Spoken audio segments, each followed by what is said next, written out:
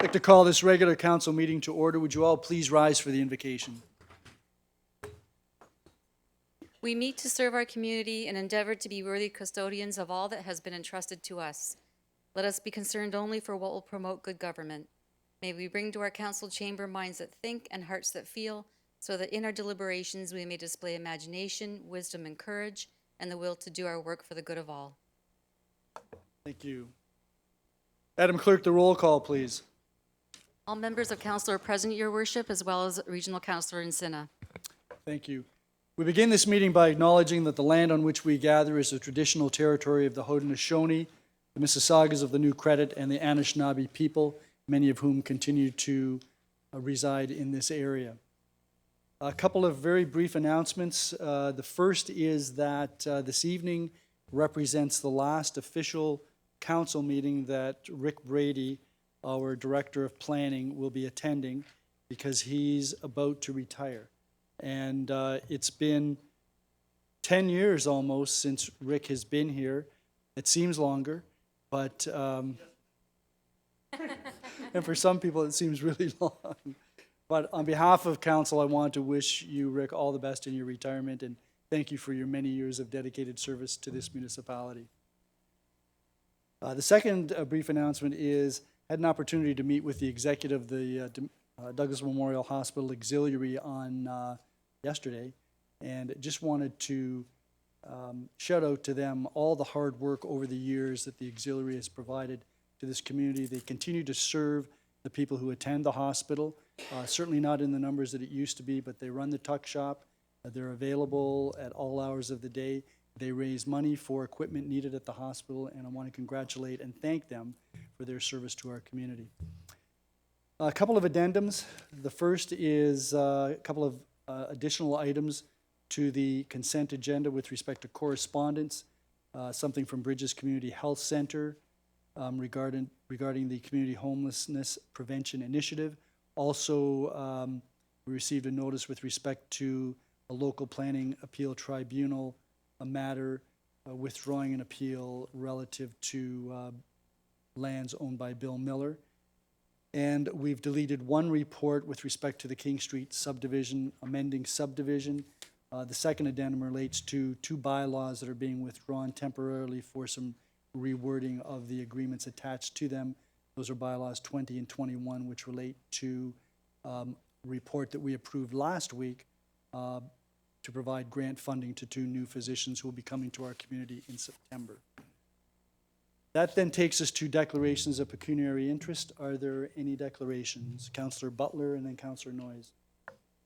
Thank you, Your Worship. I'd like to declare a conflict with item on agenda 14A, the motion by Councillor Noyes regarding site plan approvals for cannabis operations, as I am an investor in a possible cannabis farm that is currently under site plan review.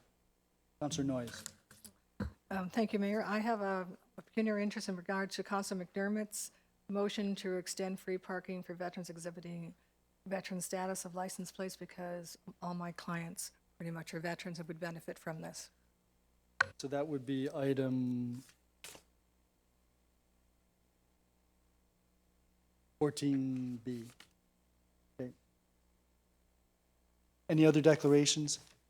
Madam Clerk, I also have a pecuniary interest with respect to the resolution brought forward by Councillor Noyes at item 14A, since I have a client who is in the process of applying for a new cannabis facility in the west end of Fort Erie.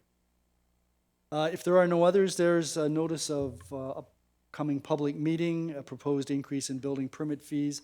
That will be before council on Monday, March the 9th, 2020 at 6 p.m. here in the council chambers. And that then takes us to presentations, and Mary McClellan Papp, on behalf of the Museum and Cultural Heritage Committee, has some presentations and a PowerPoint presentation.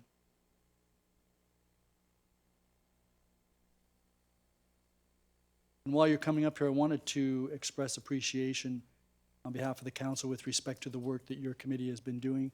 I know that originally there was a local architectural conservation committee set up probably 25 years ago, maybe a little bit longer than that, but you certainly hit your stride, and I see not only are you going to be presenting plaques with respect to 3 properties this evening, but there's a number that you're planning on recommending for designation as well. So thank you and congratulations.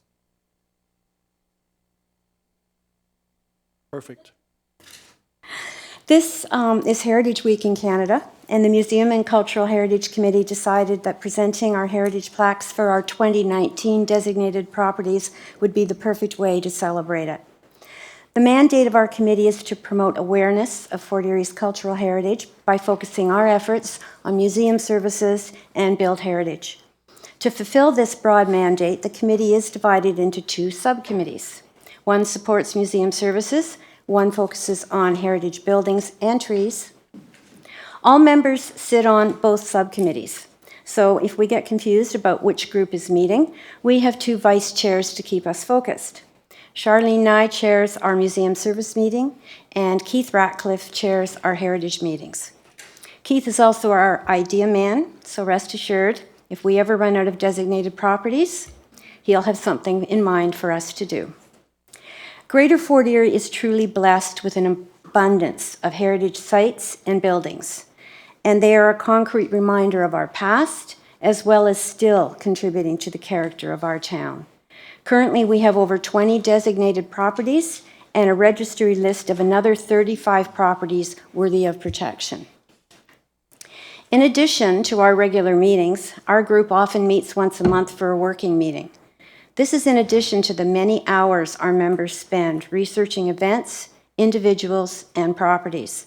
I want to recognize the time our committee members put in and donate, and to recognize their hard work to preserve Fort Erie's past. I'd also like to recognize our council representative, Marina Butler, and thank her for her ongoing support of heritage in Fort Erie. I want to also thank our staff liaison, Lindsay Richardson. We turn all our research and documentation and scribbled notes over to her, and she transforms it into a designation bylaw. Lindsay has been a huge support to our group, and we greatly appreciate the knowledge and enthusiasm that she brings to our work. And finally, thank you, Mayor Redekop, for giving our inaugural honorees the distinction of receiving their plaques from our mayor. Congratulations to the three owners this evening, and thank you for choosing designation to protect your property and our heritage. And I will now turn the program over to Lindsay to highlight for you our three designated properties. Thank you. You want me to stay? Oh, no, I didn't really want to. Thank you.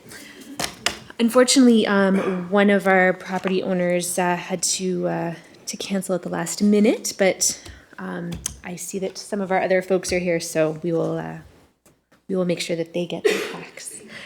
So the first one that we are giving our plaque to is 576 Ridge Road North, and that's the former Ridgeway Crystal Beach High School. This was designated early last year, I believe, and as you can see from the pictures, the original building is well constructed in the classic Gothic collegiate institutional style popular in the early 20th century. It's a symmetrical 2.5-story building complemented with a centered and recessed main entrance. Two classic Doric stone columns dominate the main landing. A prominent exterior stone staircase and landing leads to the classic twin entrance, wood doors, and frame, topped with an attractive sunrise design, transom window, which are boldly outlined by a larger cement stone frame with a double lintel. So I'd like to go ahead, if he is here, and call up Dave Schobel, and he's the DSBN trustee. I didn't see him, so. See him here this Okay. He confirmed on Friday he was going to be here, so. All right. We'll make sure that they get their plaque. We can continue on. He may still arrive before. Perfect. So if we can go to the.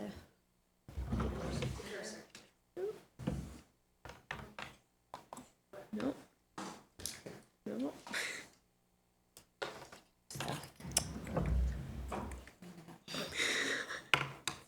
I broke it.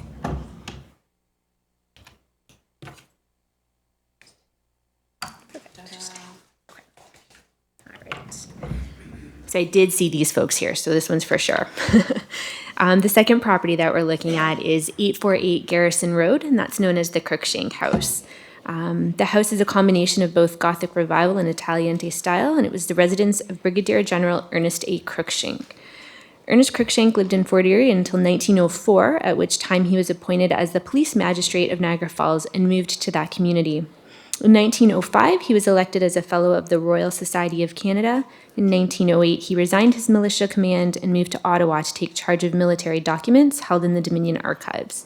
In 1915, he was honored with the militia rank of Brigadier General. Over 250 books and publications are credited to Ernest Alexander Cruikshank. In 1943, he was named a Person of National Historic Significance by the Historical Sites and Monuments Board of Canada.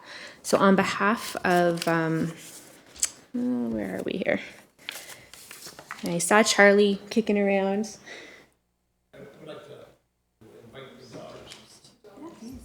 Please. Come on up.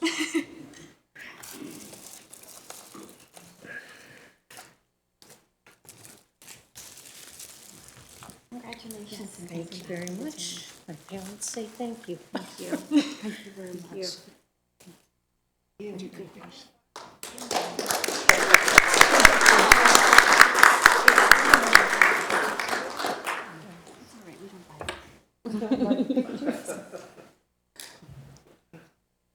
Oh.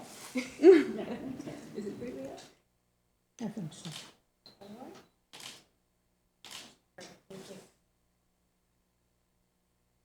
And I see Mr. Shaw was just about to come into the. I see that. Perfect. Perfect timing. Yes, I come there. Yes, come on down. 6:30. Okay. Thank you. We greatly appreciate it. Happy to be here. Should I say anything? If you want. Let me just say it's an incredible honor to be here. I thought it was at 6:30. I'm sorry. I apologize for just walking in. On behalf of DSBN, the chair, the director Hoshizaki, it's a proud moment to be here. It's very important to me because my family went to Ridgeway Crystal Beach High School, and the history of Ridgeway Crystal Beach High School will be felt around the world because of the scholars that were turned out from that school. And so thank you for this honor and this privilege. Thank you. Thank you very much.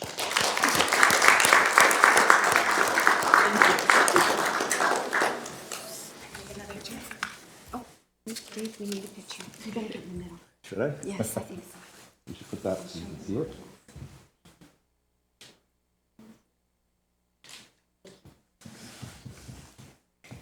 Thank you. Is that it? I'm not doing it. Okay. Thanks. Thank you very much. And I'm guessing that the Moore girls grew up in this Cruikshank house. Partially. Yeah. We had a house on Juicy Road to start with, my parents' purchases in the 60s. Right. 10 years.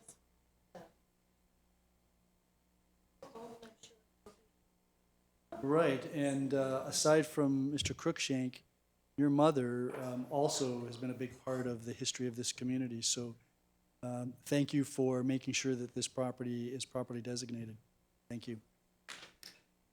Okay, that then takes us to a public meeting with respect to rezoning of the South Coast Village Phase 2. And this public meeting will start with, I guess, Ms. Dolce, you're going to be providing some background.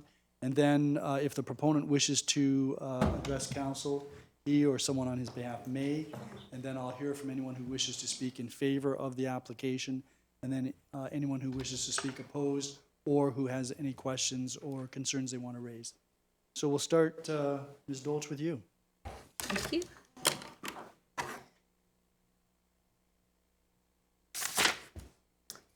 Thank you, Your Worship.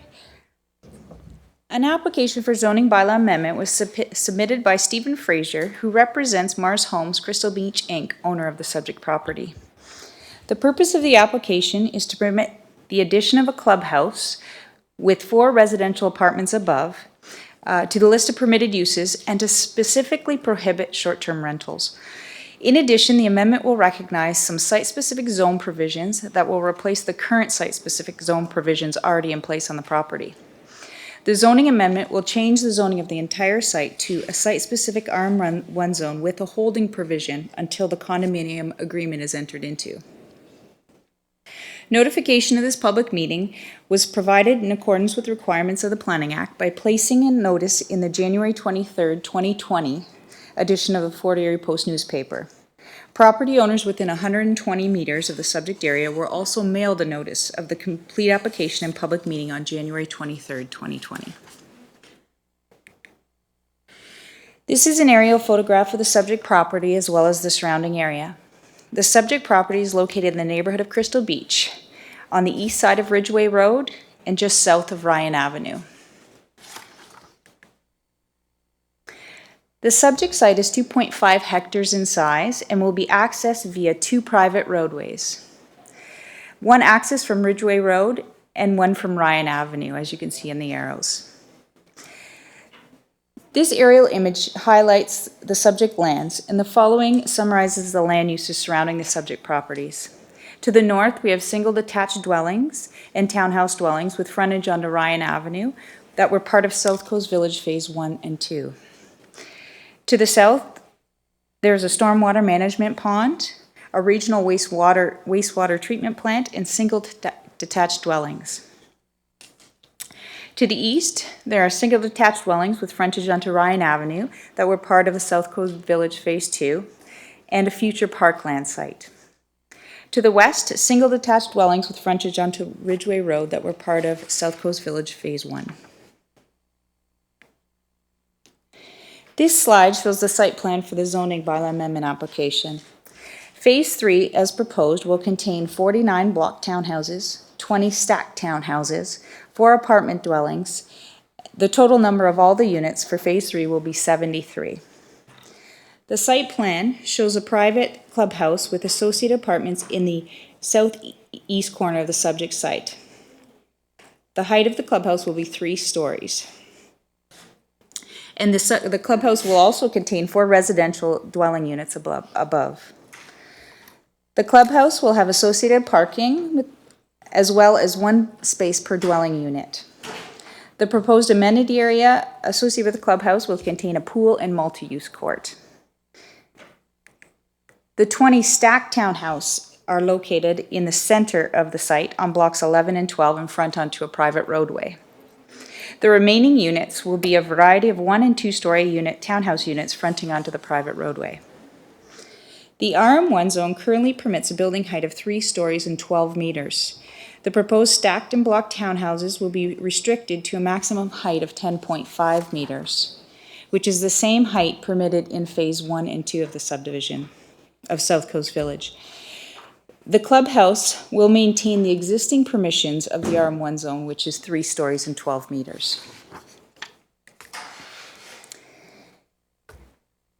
The area subject to this zoning bylaw amendment is within the urban area boundary and designated urban residential on Schedule A of the town's official plan. The urban residential designations are intended for a variety of housing form, including townhouses and apartments. Also permitted in the urban residential designation are uses that make up a neighborhood, including schools, churches, parks, day nurseries, etc. A clubhouse would be one of these types of uses. The proposed development is consistent with the policies of the official plan. This slide shows the natural heritage features on the subject site. There are no natural heritage features. The subject site is currently zoned RM1 462H zone. The current RM1 462 zone permits stacked townhouse dwellings in addition to the permitted uses of the RM1 zone. In addition, this zone recognizes a number of site-specific amendments. The RM1 462 zone will be replaced with the new site-specific zone to recognize a number of site-specific amendments as a result of the condominium.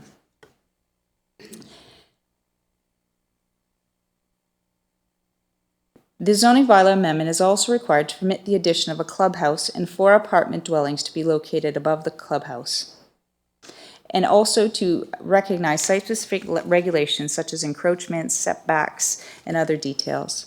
Some of the provisions will carry over to the new site-specific zone and some will change. A holding provision will continue to be in place on the subject land until a condominium is entered into. The site-specific provisions are located on the left. In red, in the red arrow is the minimum lot frontage, and that's where the lot frontage is. The rest of the provisions relate to the entire block, which is a change. Previously, we had them relate to individual lots of the condominium. Now it's the entire block, so things have changed as a result of that.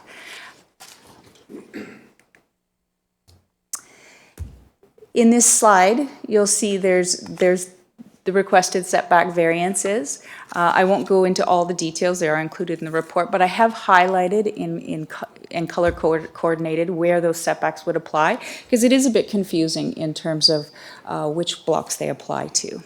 And again, we're dealing with the outside lot lines in this case.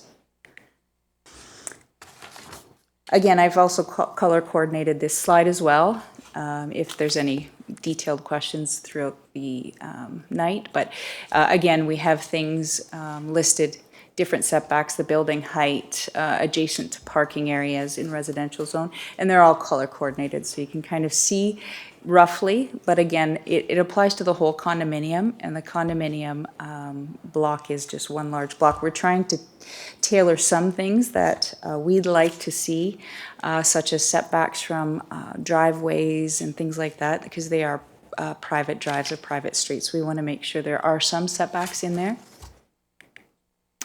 Again, same thing applies here. We have color-coded it, and if there's any additional questions, I can answer those. And you can see, for example, in purple beside our parkland block, we've reduced the planting strip to 0.9 meters. Again, we felt that was acceptable because it's adjacent to our parkland block. These zone provisions here are relating to porches and decks.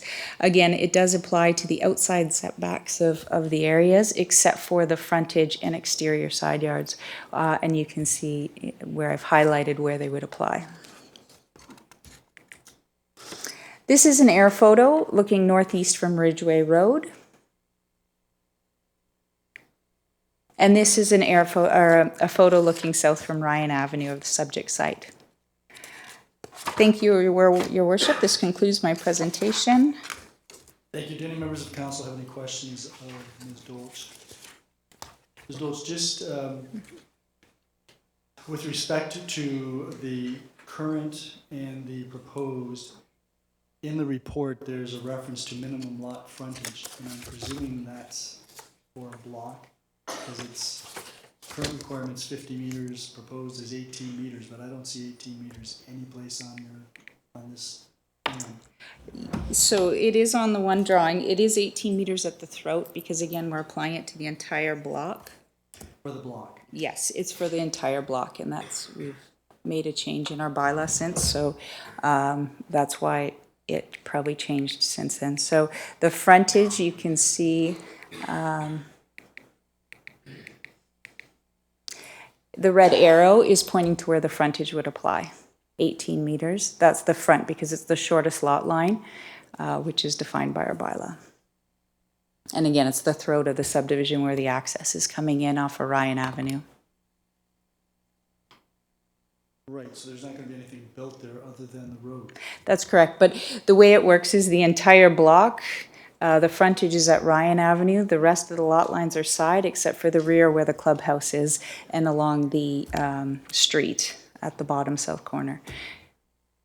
And also in your report, there was a reference to some of the rear yard setbacks, and some of them seem quite small. Is there one in? Well, the minimum front yard setbacks are particularly small. So requirement currently 3 meters, proposed 1 meter. So they're basically right on municipal, almost on the municipal property. Are you looking at for the on page 10 of 14? Is that where you're? Yes. Yes, so those are for porches and decks.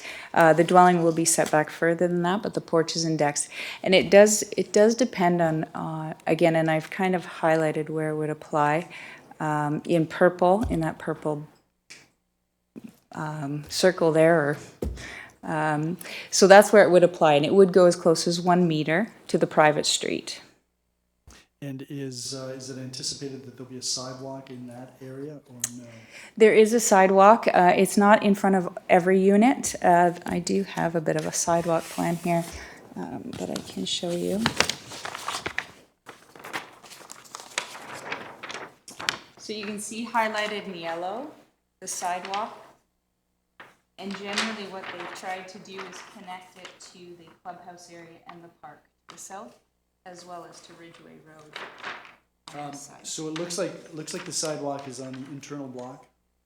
Yeah, they're on the internal, some of the internal blocks. So would it not overlap with the, would it be the same where the purple ellipse is on the plan on the screen? Yes, there is some sidewalk in there as well. So the sidewalk will be fairly close to the porches. That's correct. And that's something that's requested by the developer. That's by the developer, yes. Okay. Okay, thank you. Any other questions? Thank you very much, Ms. Dolich. If anyone wishes to speak on behalf of the proponent for the rezoning?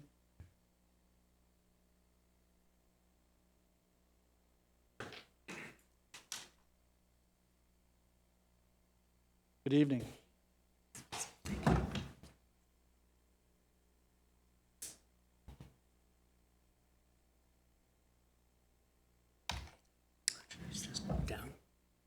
Good evening, Your Worship, members of council, members of the public. My name is Stephen Fraser. I'm a registered professional planner with AJ Clark and Associates in Hamilton. I'm here this evening on behalf of the owner of the subject lands, Mars Homes. Also in attendance with me is Mr. Dan Gabriel, president of Mars Homes. I'd like to take this opportunity to thank town staff for expediting this application in the manner they have. It's a real privilege to work with colleagues like Kira, so we do appreciate the cooperation and the level of expertise they provide to the file. Kira has done a very good job in summarizing the specifics of what we're asking for, but I do want to reiterate to the council that what we're asking for are really just technical amendments to a bylaw that's already in place. So our zoning bylaw for the subject lands permits all the land uses that are before you in the site plan, save and except for the clubhouse use itself.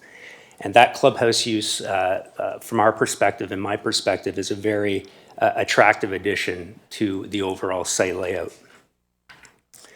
I don't need to go into the context. This slide here, I think, is an excellent one, and it sort of depicts a little clearer than the slide that Kira showed, which was the actual site plan itself. But it shows the unit types that are being proposed within the site. So the pink unit types are bungalow style townhouse dwellings. The yellow type, and I'll show council and members of the public what those elevations or renderings will look like in a moment. But so those are predominantly on the perimeter of the site, adjacent to the existing residential uses that Mars Homes constructed in the earlier phases. The blue units are a two-story townhouse. However, they're unique in the design in that the garage separates the living areas from each of the units. So there isn't a continuous separating wall or a firewall between the unit types. It's all separated by a garage, so they function almost as a single family dwelling, but attached. And then, as Kira mentioned, the gray or sort of light green colored units are the stacked townhouse units. So they have entry at grade, and then they have a living quarters above, also with an entry at grade. Again, the introduction of the clubhouse is why we're here this evening, as well as trying to implement the site plan that has currently been submitted to the town for some technical modifications to the zoning bylaw. A lot of these modifications too, I should add, are already in place with earlier phases of South Coast Village. So we've modified the zoning bylaw we had in place previously through a minor variance application to address some of these technical aspects that we're asking for this evening. This is a block in a registered plan of subdivision, so it's not a it's not a vacant parcel of land that requires zoning and then requires a development process. It has gone through a very stringent development process through the town staff as well as the commenting agencies. So what we're really trying to achieve this evening is to provide an implementation tool to allow us to build the site plan that has been submitted. As Kira mentioned, this will be a condominium tenure, so this will not be rental. And in fact, we've requested restrictions on short-term rental within the bylaw to further allow for that regulation to be implemented. So as I mentioned earlier, these are the units that were highlighted in blue on the site plan that I just provided to you. So they're the two-story townhouse units separated by the garage. These are obviously the bungalow townhouse unit elevations. And these are more of a standard two-story type building elevation townhouse. Those are found predominantly on the interior of the site, but there are some pockets that are on the exterior adjacent to other two-story units within earlier phases of the development. And this is known as the beachside. My client likes to refer to these as terraced units, but they're technically referred to as stacked units or stacked townhouses. So these have the units one above another, but you can see they do look very similar to the other townhouse typology that has the garages separating the living quarters. And then this is just another elevation of that type of unit. When we attended the open house meeting at the end of last year, it was very well received.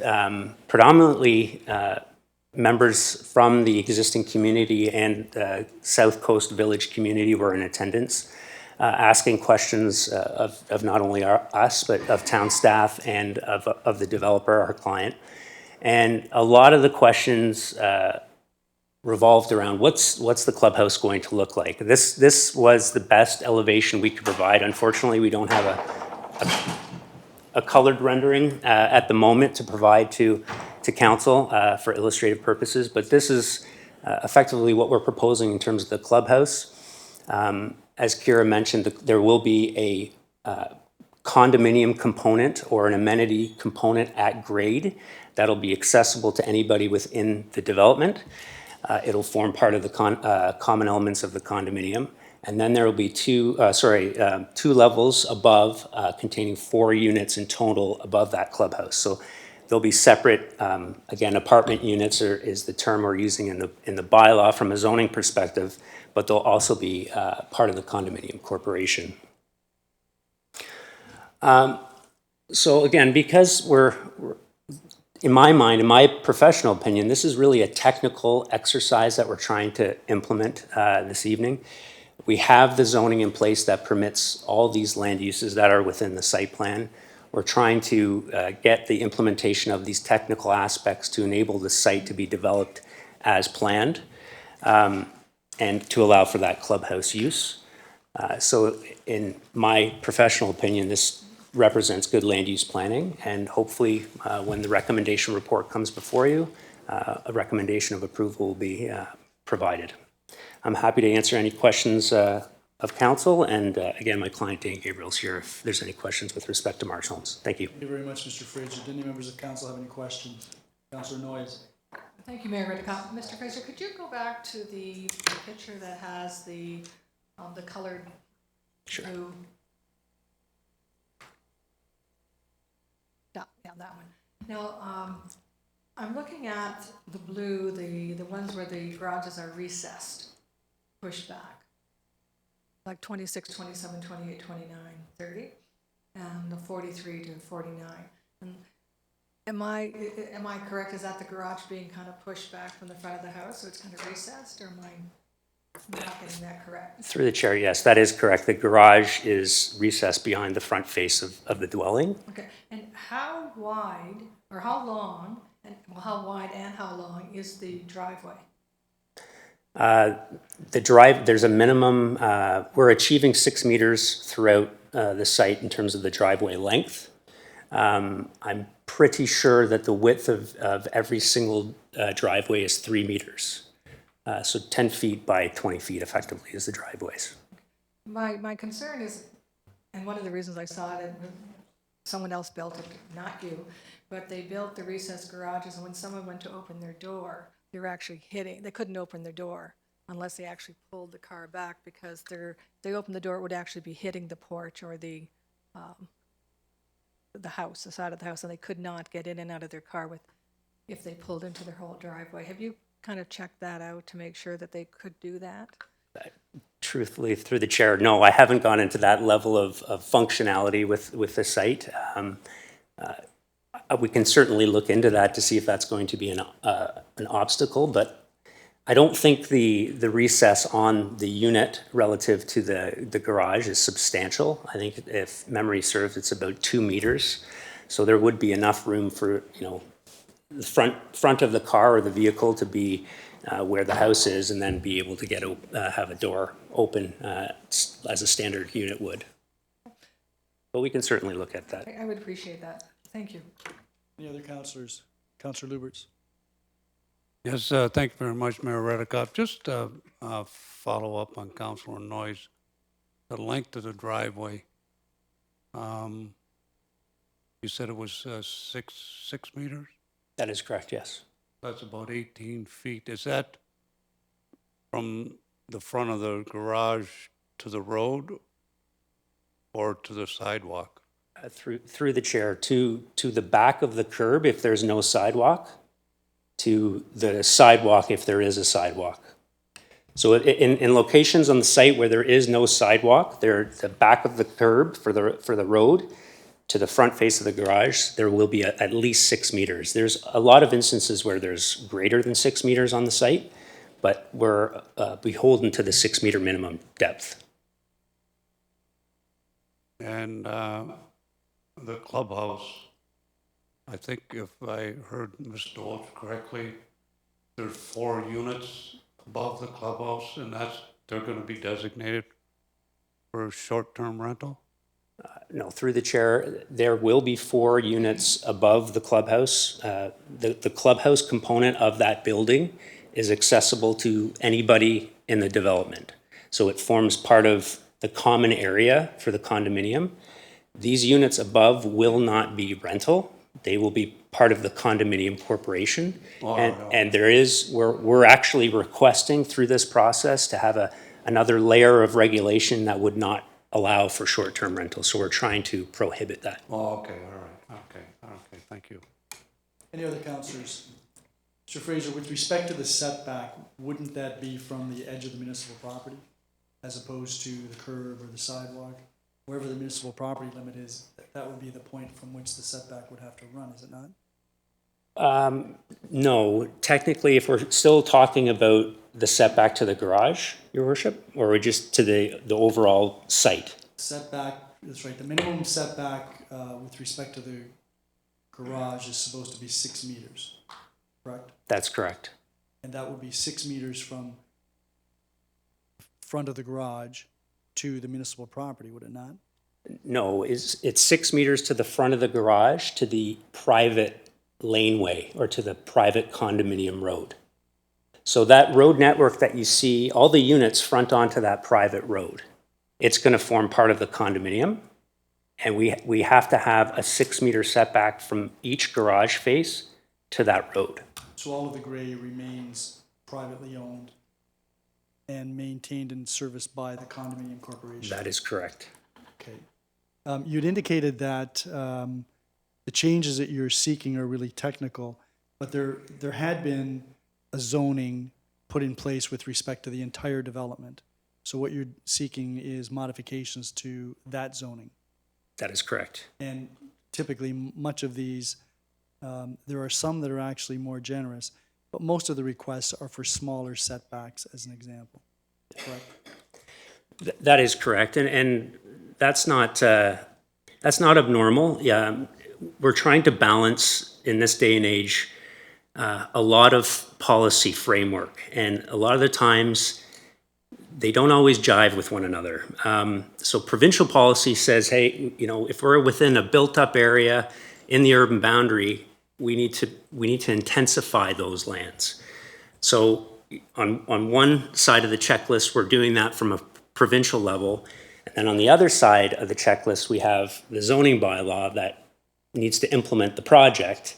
And a lot of the times, the regulations within the bylaw don't fit with the proposal, so we have to modify them. I'd submit to council that the modifications, there are a number of them, but they're ultimately going to provide a better end product. It's a product that will facilitate a good urban design. It'll facilitate functionality. And most importantly, it'll facilitate flexibility. So we need, at this stage of the game, things may change, and we need that flexibility in terms of location of units and those regulations that we're asking to modify to ensure that we're not before the Committee of Adjustment 2 to 3 times when we're ultimately trying to build the development. So we're asking, requesting a lot of flexibility in the zoning regulations to enable us to build ultimately a better product. Okay, thank you. Any other, Councillor Lubberts? Yes, thank you very much, Mayor Redekop. You talk about a condominium agreement, right? And so you're going to form a condominium or a homeowners association or whatever. Is that going to be for the whole entire development? What's been there, the houses along Ridgeway Road, everything, they're all going to become a condominium? Through the chair, no. Only the lands that are known as Block 2, so I know it's all color-coded on your screen here, but where there's the yellow, pink, the blue, and the gray in the middle of the site, as well as the clubhouse area, that is, I'll refer to as the subject site. That is going to be the condominium corporation. Everything that's already constructed along Ridgeway, along Ryan Avenue, is exclusive of the condominium corporation. It will not be part of that corporation. They will remain freehold tenure. And did you get any feedback from the residents on all of that? Were they okay with that, the residents that are already there?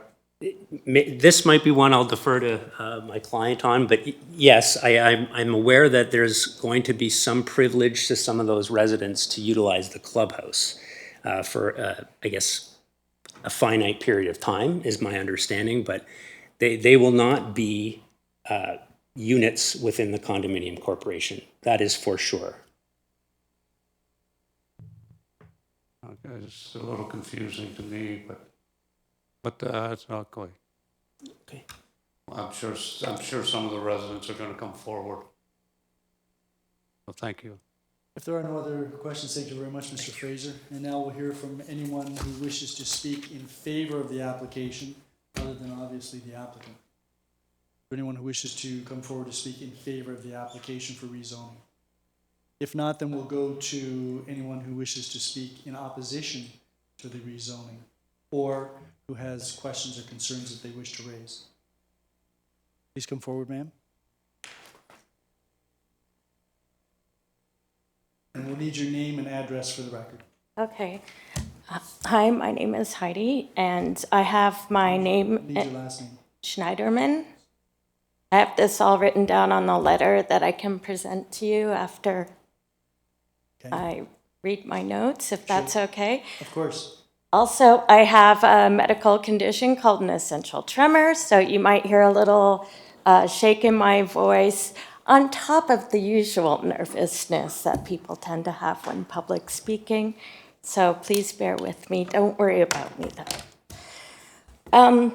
So specific to the clubhouse are my concerns. My husband and I are year-round residents, and we moved to our home on Crystal Beach Drive, which is our backyard, faces on to Mars Homes at 3816 Crystal Beach Drive. And we chose our street because of the mature trees and the peace and quiet that it offered, away from the summer bustle of Erie Road or the rowdy crowds at the Palmwood restaurant. We have a perfectly secluded and private backyard with an in-ground pool that we have lovingly maintained over the years. It is our little oasis that we enjoy every day, especially now that my husband recently retired, both of us after decades of hard work. Now, while we celebrate the rejuvenation of Crystal Beach, including what we do believe the Mars Homes to be in its present state, a really charming development. We do really enjoy it, the development as a whole. However, this new request to amend the bylaw or to push through units on top of this clubhouse will directly impact the privacy in our backyard. And it's also being, I hear, expedited to happen in February, where most of the people on our street are down south as snowbirds. So perhaps it's not as timely for them to get involved. We also have 3 homes adjacent to us that are very, very old bungalows where they are not owner occupied.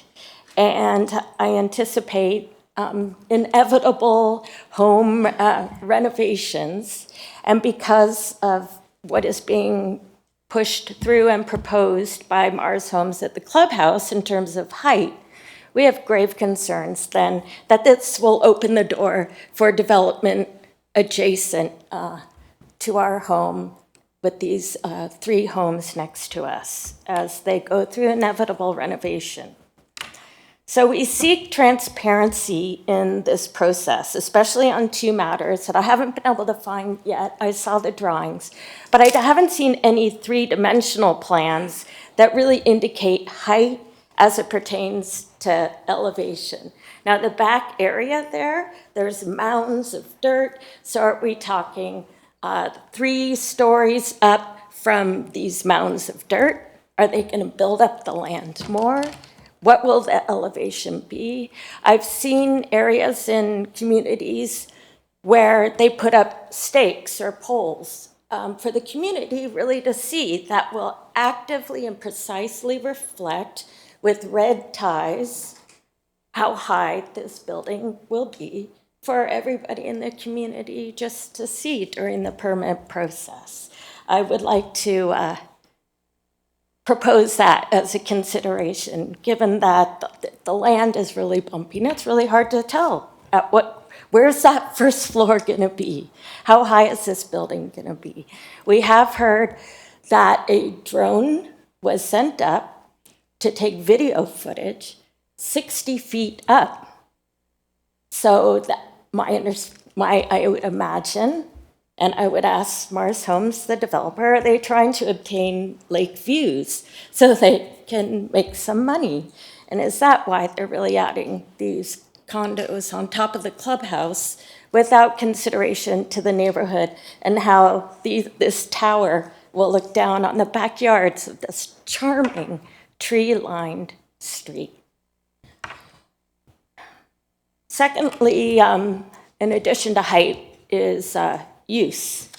So I am encouraged that, because short-term rentals was my main concern. I know from small seasonal towns and tourist towns, Airbnb has been a real problem where nice homes and year-round residents suddenly have loud parties going on and beer bottles flying over their fences. So I would like, if the council must approve that these units exist, perhaps 1 story instead of 2. If they must exist, that there's a property manager on site to take care of the property, and that there will definitely not be short-term rentals, that these will be owner-occupied condominiums, because we're great friends with the homeowners on our street. We help each other, and we build a sense of safety too. It's great for public safety. The only time we've had police on our street was when there were short-term rentals. And recently, somebody robbed a local convenience store in Crystal Beach. It was a short-term rental. They come in and they don't have the sense of community or caring about our wonderful street. So I have some requests here with more notes that I will submit. We request that the developer definitely plant mature trees along the chain fence bordering the proposed development site for the tennis court and the clubhouse to help shield our private backyard and the privacy of our community at their backyards. Also, we request the installation of a high green canvas fencing around the tennis court for noise abatement, and also so errant tennis balls won't fly over into our backyard and injure us and break windows. We also do request that a pole or two be raised to indicate the height, the actual height with the red ties, so that the community and the neighborhood can see that. And I can take photos and send them to the snowbirds down south so that they get a chance to see this.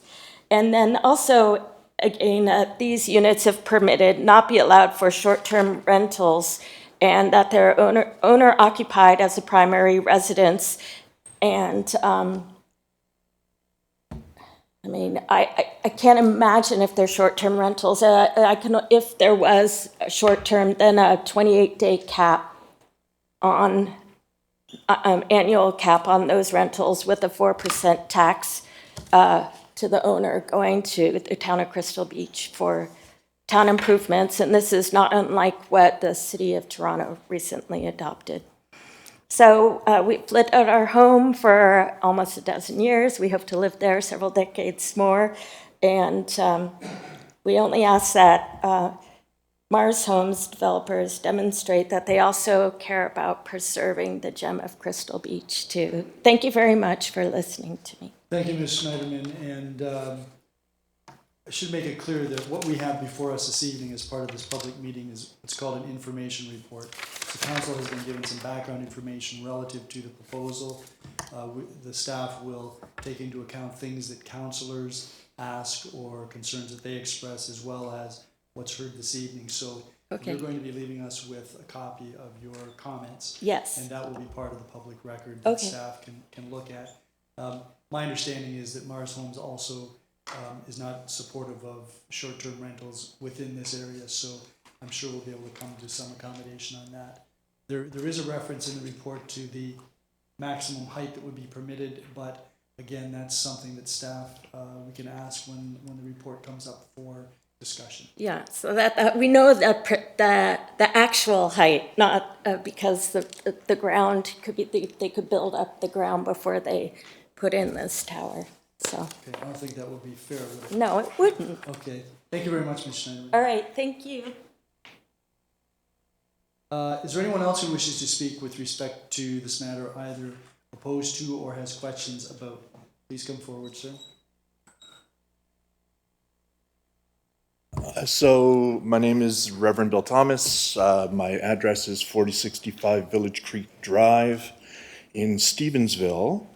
First, I just want to say I really like the design. It's very attractive, and I think that as far as developments go, it looks good to me. And perhaps my comments should have been made the last time there was a public meeting about this development and not now, but I wasn't here, so I'm going to raise some and just see where the chips fall. So I noticed on the last slide of the second presentation, I think there was the last point talked about complete communities, and that the developer and consultants see this as a model and of a complete community. And I would just sort of not challenge that, but kind of question the definition of complete community. So I also understand the desire to not have short-term rentals. That makes perfect sense to me. But I'm wondering about, so even with the last presentation, what about long-term rentals? What about someone who wanted to buy the property and rent it for, on an annual basis or something. Is that precluded?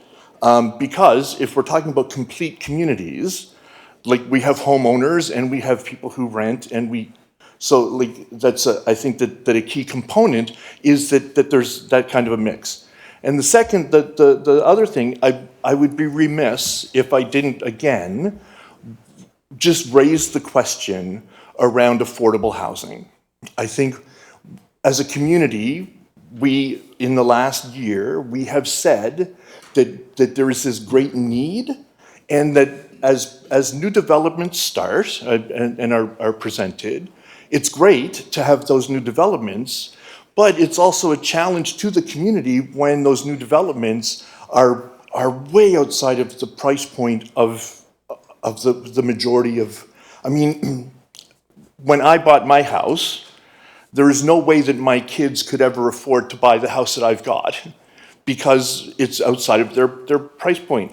And so I'm wondering if, in the conversations, particularly, I mean, around the clubhouse and the apartments and stacked townhouses, like there is a possibility in those, and perhaps it's too late for this development. And that's probably, you know, I should have been here last time. But was there any consideration of the inclusion of affordable housing into this development? And if not, then I would really hold before Mars Homes and other developers who are coming into Fort Erie or who are already here, that when they are considering the building of these kinds of communities, like subdivisions, that they give serious consideration, and that the town actually make a point of challenging developers to give serious consideration to affordable housing, such that we can actually create truly complete communities, where we are not ghettoizing the extreme poor, and we're not ghettoizing the extreme rich. That there is this wonderful mix, where everybody who is living in the community can truly create a home. And again, this is a comment that is not strictly for those who are living in poverty. It's a comment for those who are living a wealthy lifestyle, where we lose out. We lose out as individuals and as communities when we don't have that kind of mix, where people are able to integrate. And there was a comment, I think the last commenter talked about some developments in Toronto. Well, when Toronto looked at redeveloping Regent Park, et cetera, there are now $1 million condominiums sitting beside units that are occupied by people who are paying $300 and $400 a month rent. And nobody knows, because the style and everything, they have been intentional about building those communities and making sure that there is this real cross-pollination. And I think so this is something that I'm holding out to both the town and to developers to really be serious about this, because if we don't get serious about it, then we're going to be dealing with tremendous issues in the near future. Before you go, Yep. Reverend Thomas, Councillor Butler. Thank you, Your Worship. I just would like to, rather than to ask a question, just to address some of his concerns, if you don't mind, with the Affordable Housing Committee. Just wanted to let you know that the push is that way, and this council is pushing towards those things that you are speaking about. And I know that you're interested on sitting on the committee, and I think that might not be a bad idea for you to push to get on that committee. But I think you'll be pleasantly surprised with things that are coming up. Any questions? It is a question. Thank you, Your Worship, and through you to Reverend Bill. Thank you very much for what you brought up, particularly the point about complete communities. Now, you had mentioned about long-term rentals, and I remember back in December when Ian DeYoung gave his presentation to municipal leaders, that he had mentioned that there was some rent subsidies available for the region. So even if you had a building that was market rent, the region was willing to provide so much money to make what wouldn't be an affordable unit, an affordable unit. And I understand what you're saying with this. Perhaps this isn't the one, and we've maybe missed it on this. But do you think that might satisfy in contexts like this, maybe address some of the affordability issues if some of those subsidies are used instead? I'm just curious what you think of that.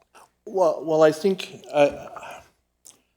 so I guess the short answer is yes, but the longer answer is that even in units that are developed as safe, affordable, sustainable housing, that there are subsidies that go towards the making sure that that's true, right? So in St. Catharines, the one that I'm thinking of right now is the newest one that Niagara Regional Housing built, and it's on the site of the old Carlton Street United Church. Those units are affordable because they're subsidized through the region, right?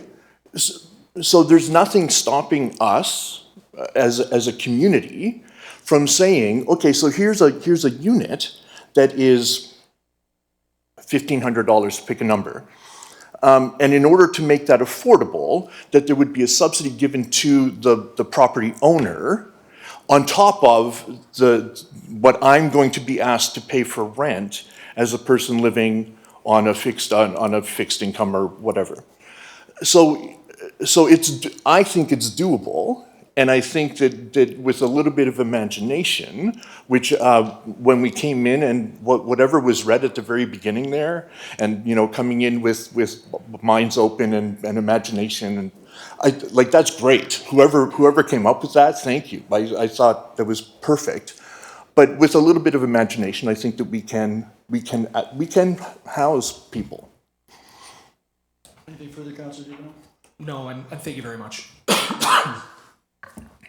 Thank you, Mayor Redekop, to the speaker. I just wanted to bring to your attention, you probably don't know, that the developer roundtable that we had a few months ago, affordable housing was definitely a topic of discussion, and I will say the developers were very pro affordable housing, but there is a process that they need, that the municipality needs to do, the region needs to do, to allow that designation of the housing and to get the funding in place from the province, et cetera, et cetera. So it is something that's on our to-do list, and we are trying to take steps towards. There's actually a report coming, not a report, but a letter that from one of the other cities about the funding envelope that the Niagara Region gets in comparison to other municipalities, and that we are really not getting a fair share of the dollars needed for affordable housing. And Any other questions? If I can just say to the councillor that I've been in this chamber a few times now when conversations have arisen around affordable housing. I truly appreciate the work that is being done at the council level. I also understand the difficulties and the challenges that are involved when you're dealing with 2 or 3 different levels of government. I've been there, done that. And then Excuse me, Mr. Thomas, we're getting way off the topic. And I know the councillors have led you astray. I don't want to hold that against you. But do you have anything further with respect to this particular application? Absolutely not. Okay, thank you very much. We've got a long agenda and a long evening. Is there anyone else who wishes to address council with respect to this particular application? If not, then I'm going to declare this public meeting closed.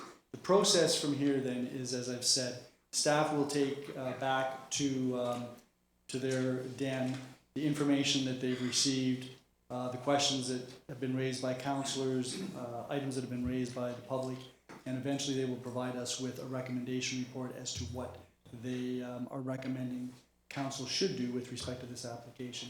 And that will probably be in the end of March, middle of March, April, beginning of March. So about 3-4 weeks from now.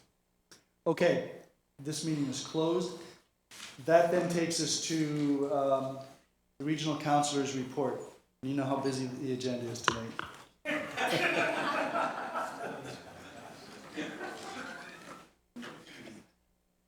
Mayor Redekop, Good evening. councillors. Good evening, and thank you. I will try and keep this brief, and I'm really glad some of the conversation was brought up because it will save me from speaking on it. And we'll try and keep this short.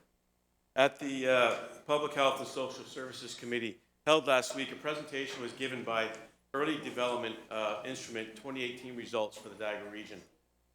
The EDI is a tool that measures developmental health and well-being of children up to year 2 of kindergarten, It's a program that is funded by the province of Ontario. There are 5 areas of development that are assessed: the physical health and well-being, social competence, language and cognitive development, communication and general knowledge, and emotional maturity. Niagara's children, Fort Erie included, fared well except for the emotional maturity, which is concerning to public health and social services at the region. The statistics indicate that our children are not doing well compared to the average across the province. The study does not delve into the problem or root causes for the decline. However, Niagara Public Health, in conjunction with the Department of Social Services, are now working to implement programs designed to focus on increasing awareness of emotional maturity for the children in our area. One of the programs that has been initiated in previous years is the Early On program. Parents with children ages 3 to 6 are encouraged to attend. The program is not just for preschool children, but is intended to assist and guide parents as well. Currently, there are 3 early on locations in Fort Erie that are accessible to everyone. They are the Fort Erie Native Friendship Center, East Bridge Public School, and St. George Catholic Elementary. It is believed by Public Health and Social Services that more attention needs to be addressed to our young people in their formative years. Interested parents who would like to attend are encouraged to contact Children's Services at the region. And I can't stress enough that this is for everyone across the social spectrum. I will give you an example. Niagara-on-the-Lake. Many would think that there wouldn't be a whole lot of children at risk all the way through. They are one of the highest for emotional maturity, and it's not following social patterns. So there are areas in Fort Erie that need to be addressed, and this needs to be addressed. Hoping it'll get out to parents and to kids, get out there and get not educated, but to get involved. Mayor Redekop at the, I believe it was Corporate Services, brought up about Crescent Road. That property that's owned by the region has now been added to the Niagara Region Housing Master Plan study.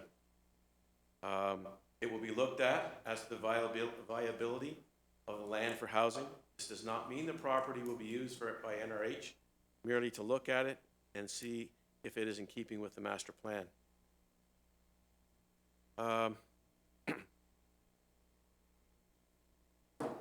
One of the things that came out, which ties into what has been said, and I was really upset, was the fact that the new numbers have come out with regards to single dwelling or Niagara Regional Housing wait times. Right now in Fort Erie is up to 10 years. I believe, and I strongly believe, that all levels of government need to get our butts in a room, get this settled, and do something about it. And like I say again, I'm glad it was brought up. All land now that is through the province and the region now comes to Niagara Regional or the Niagara Regional Housing Board. Anything that becomes available through the region or the province. Right now, there is a piece of property on Sunset. The viability right now of that, not sure, because it doesn't mean it's off the beaten path and access may be tough to get to. I will be sending that off to Mayor Redekop and through council. I'm not sure what can be done, but as it comes up, I will forward all that material to you. Great, thanks very much, Councillor Insina. Are there any members who have any questions? Thank you very much, sir. Mission accomplished. That then takes us to delegations, and the first delegation is Stephen Passero, the Chair of the Community Gaming and Development Corporation. Good evening. Good evening, Your Worship, Council. Just waiting for Janine to cue us up.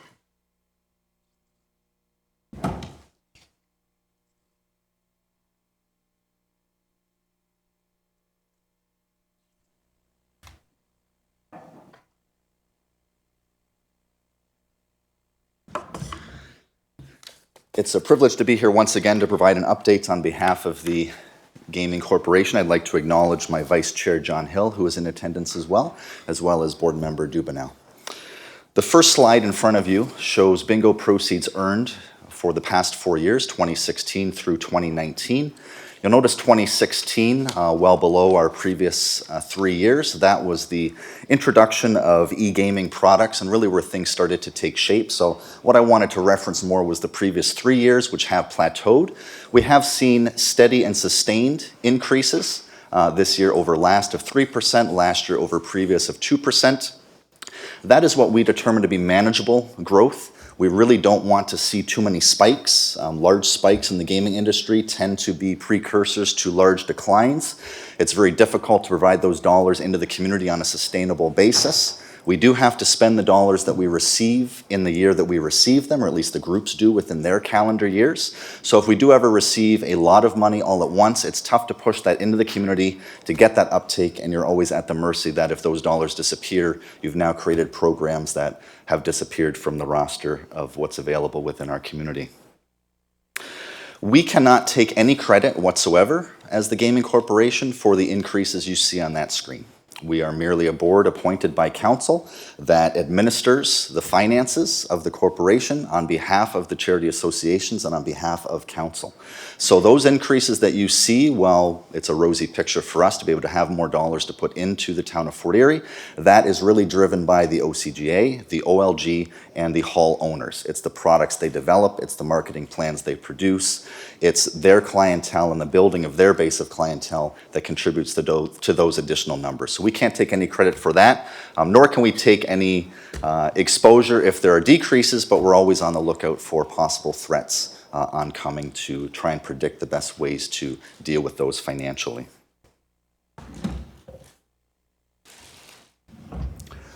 Same slide I showed previously the last time I was here just gives you a better understanding as to where our revenue is allocated by sector within the community. You'll see advancement of education, the high school as well as Port Colborne and Lakeshore and Port Colborne. Those would be under advancement of education, friends of groups for different elementary schools. Community amenities would be areas like the Crystal Ridge Community Center. Environmental would be groups such as Friends of Fort Erie Creeks. Social services would be representative of groups such as Community Living, Brain Injury Association of Fort Erie. Service clubs, self-explanatory. Support services would be Fort Erie Underwater Recovery Units. Fire Station 3, so East Birdie Auxiliary would be listed under support services, and youth, of course, is explanatory as well. That is almost right on if you were to do a percentage basis from last year. So we tend not to juggle too many dollars from sector to sector. We have a current roster that always fluctuates around 70 or so charities, currently sitting at 73, and that really is kind of how it shakes out on a year-round basis. I do want to point out, anybody who is really paying attention, the discrepancy between the $1.828 million figure you see on the bottom left, which is the totality of that pie chart, versus the figure that you saw on my first slide, which was 2019 proceeds, which was $1.975 million. The reason for that is the first slide was literally to the penny what we brought in for bingo revenue for 2019. The reason why this is different is because this is always on a rolling 12-month period. So groups, as they get the money, have to spend it within their 12 months, but within the Gaming Corporation, we actually have 9 different year ends that we have to manage. So that's the difference between what we give out in a current calendar year versus what we take in versus a current calendar year.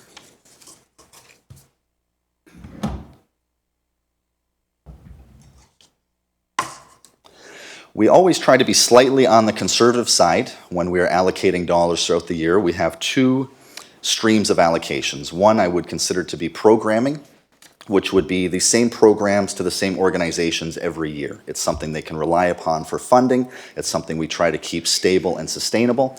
Secondly would be capital and special projects. So we always try to forecast to see if we will have extra dollars available at the end of any calendar year.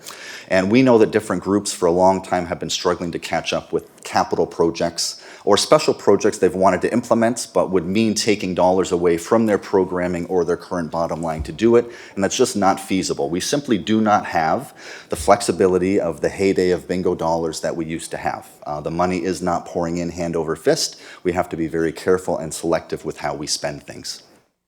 So every so often, we do put out a call to all of the organizations. Every single one is invited to submit a request for either a capital or a special project. And what you're seeing on that pie chart is the totality of dollars we've given out in capital and special projects for both 2018 and 2019. So about $620,000. So that is in addition to our regular programming budgets and our regular base allocations to all of these different groups. And once again, that pie chart is broken down by sector. This graph very different than the previous one by sector. Previous one very static. This one is very fluid. So depending on the current year and the groups that apply in the projects, could make a huge difference as to where you see those dollars being allocated. But it's very much needs driven by the organizations that come to us with their requests.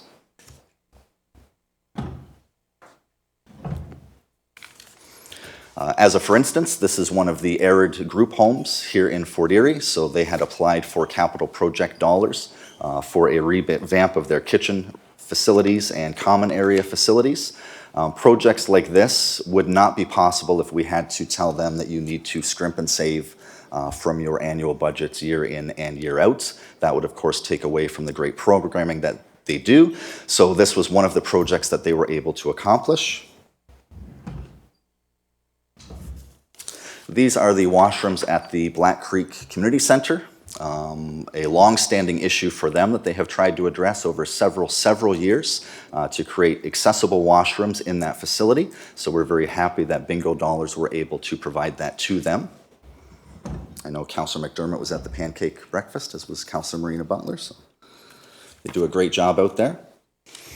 And we also mentioned on that previous slide, 2 slides ago, that not only is it capital requests, but it's special program requests. So these are requests that come forward that are over and above what a current organization has done on a regular basis, something they would like to do but currently don't have the funding, or opportunities that come to them that they could use the dollars to facilitate and put forth. So as a for instance, this was brought to us, and it is the synchronized skating team for Crystal Ridge Skating Club, pardon me. This was a program they had long wanted to develop but did not have the funds internally to do so. They developed enough kids to be able to take on the program. They had found the instructors willing to do it. They needed the funds. They came to us and we were happy to oblige.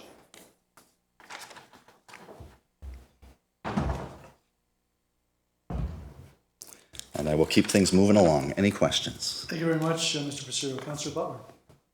Thank you, Your Worship. That was a very interesting presentation. Thank you.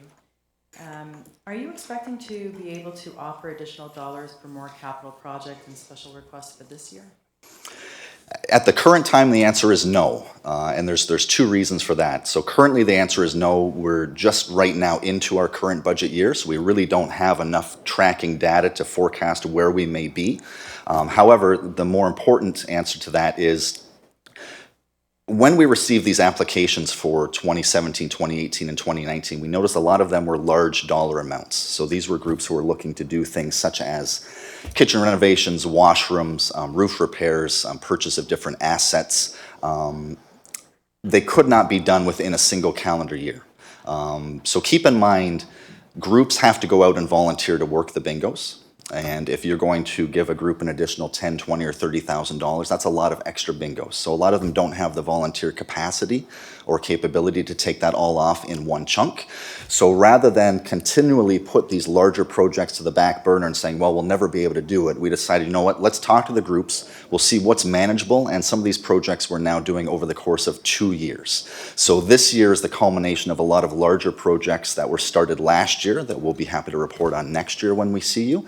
Should things spike upwards and we do have some additional dollars, we always have in the hopper a list of projects from groups that they've said, look, the next time you have some extra dollars, these are our next priorities. So we'll see as we get closer to the end of the year what we might be able to do to help them out. But as far as the larger dollar items, probably not. We're still tackling what we took on from last year. Any other councillors? Councillor Noyes. Thank you, Mayor Redekop. Thank you, Stephen, for your presentation, and I'm always happy to see the dollars going up. That's just means a plus for the community. In regards to other charitable organizations that may not yet have a bingo license, how are they being encouraged, or is there any public information that says, okay, you know, like you may be entitled to your bingo license if you A, B, and C? Has there been any work gone towards encouraging the other organizations to apply? Absolutely. So at the tail end of this presentation, you will see a press release drafted and submitted to the media, which will invite organizations who are interested to contact Grace to begin that application process. We did put out the feelers last year as well through different organizations. A lot of it is word of mouth. You know, amongst the 73 different organizations, there are many individuals that of course overlap and volunteer for more than one, whether it's bingo volunteer, executive director, board director, chair, what have you. So most of the people within the community are familiar, but to your point, there are those that don't realize the possibility of this funding. So we will put that out through the media. Secondly, I can say that last year, through our efforts, we did get interest from 12 different groups who did at least take the first step to contact Grace in the gaming office to begin that process. It's not an easy process. We want to try and manage expectations. There is a lot of bureaucracy that goes along with it. I'm happy to say not at our level, but we are beholden to OCGA and OLG policies and procedures. So for groups to qualify for the revenue that we receive from those agencies, it is quite lengthy, but I am happy to announce that we did have one extra group join us last year, and that was the OLA Children's Network. So we went from 72 to 73, but it is a matter of balancing expectations. So the call is out there, and groups who are interested to apply are welcome to apply, and we'll help them the best we can. I noticed in the minutes of your last meeting, there was a reference to and you kind of mentioned it, the Ontario Charitable Gaming Association, that there's been new policies, procedures, whatever. There is like an in-service or whatever. Is it possible for us to get a copy of what the new procedures are? Yeah, absolutely. Grace can provide that to council.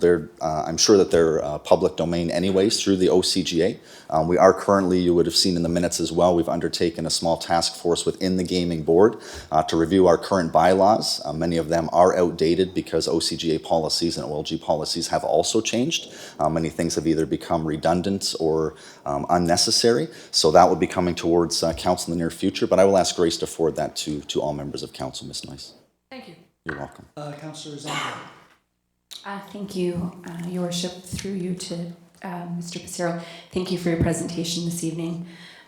Just a quick question. The YMCA has received considerable gaming funding from bingo dollars in the past. What happens now that the YMCA won't be operating on the same capacity in Fort Erie? What happens to those funds?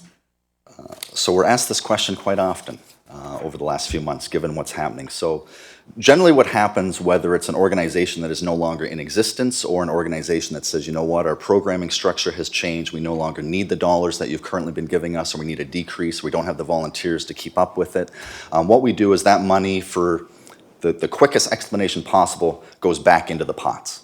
That's what happens to it. However, the board's job is to recognize the organizations that we have in the community. We endeavor very much to be in touch with the needs of the organizations as well as the community as a whole. So knowing that when one group disappears, obviously other groups, either by force or by willingness, will have to absorb the slack within the community to provide those programs. So we know, given the current situation with who will be occupying the Freeland building, discussions have been started with that organization to say, look, you know, there are dollars available. They are currently a recipient of bingo dollars. I'm speaking of the Boys and Girls Club, of course. So they have approached us to say, what are the possibility we could access some of those funds? Those discussions are ongoing. It's not simply a matter of saying, hey, you're the new group in the building, here's all the money the Y used to get. We really do look at it as a separate application process. What will you be utilizing the dollars for? Having said that, very quickly, Mr. Chair, we have not received any word yet from the YMCA that they are completely leaving Fort Erie. They still remain on our list of recipients, so if they are going to do something differently or in a different form or a different location, they still have the ability to come back and apply $4. So technically that is still their allocation until it runs out, and should they request an additional allocation, we're open to those discussions as well. Any other councillors? Councillor Dubanow. No, thank you, Your Worship. Just very briefly, I don't think Mr. Pissarro saw him because he's hiding in the back, but I just wanted to acknowledge that Board Secretary Treasurer Scott Winger is also here as well. My apologies, Scott. Just to follow up on Councillor Zanko's comment, and your reference to the Niagara Y, their allocation would be based on the programs that they provide. Yes. So if there are changes in the programming, that would perhaps affect the allocation that might be provided to them. Absolutely. And those programs do have to be provided in Fort Erie. I think that was a misnomer as well. So the dollars that gaming gave the YMCA was not going to YMCA of Niagara. That was going to offset and subsidize memberships and programs within the Freeland building. So if the Y was to continue services in Fort Erie, we would be open to those conversations. Right. Any other members of council? Thank you very much, Mr. Pissarro. Thank you. That then takes us to Carol Nagy, Executive Director of Hospice Niagara. And good evening. Good evening. Thank you very much, Mayor Redekop, members of council, staff members, and also members of the Fort Erie community. It's our privilege to be here tonight. I've brought with me a colleague from Hospice Niagara, Mahogany Hines, who's going to talk a few minutes about an initiative that we have out in your lobby today. So hello, and thank you again for having us. So in the lobby, I'm sure all of you saw a giant cube when you walked in, and it says "Before I Die" on it, both in English and in French. So that cube is actually our project. So we were tasked with a project from our board to try and come up with ways to engage the public in conversations around dying, death, and bereavement, but moreover, about living. So we really wanted to kind of exemplify ways to start people to start talking about it. And the cube is one of the many ways that we've decided to use, one of the tools that we've developed to use to engage our public. And we've been very fortunate because I don't know if any of you attended the Penn Center when it was there, but it was also there for 2 days in the Penn Center. And we had a wonderful turnout. The board was completely filled on all 4 sides, and it was actually really beautiful. It made me almost cry. Also, because I put a lot of love into the cube with my group.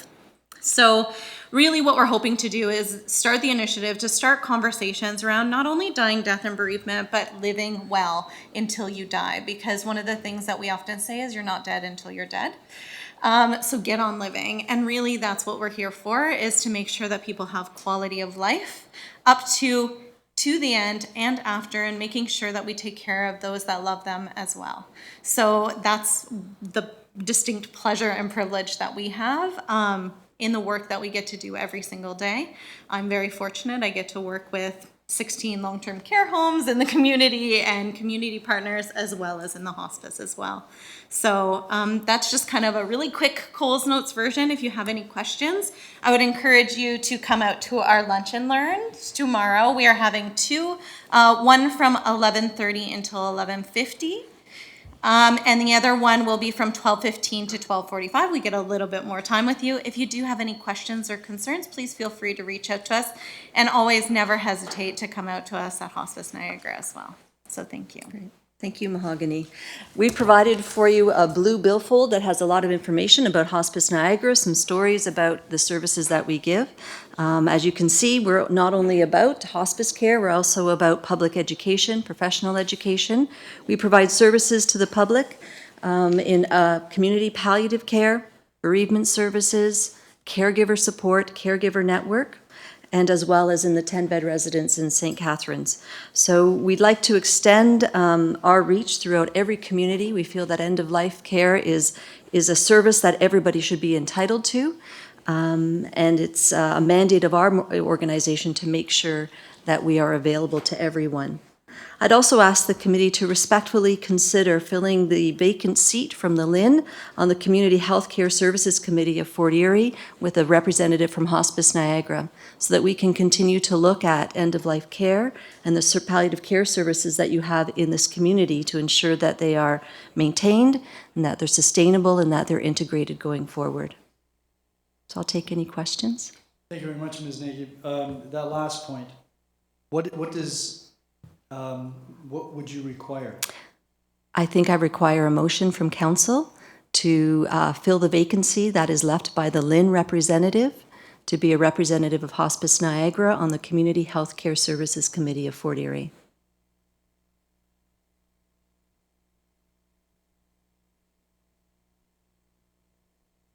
All right, so it's not that late, but maybe what you could do before you leave is jot down exactly the wording.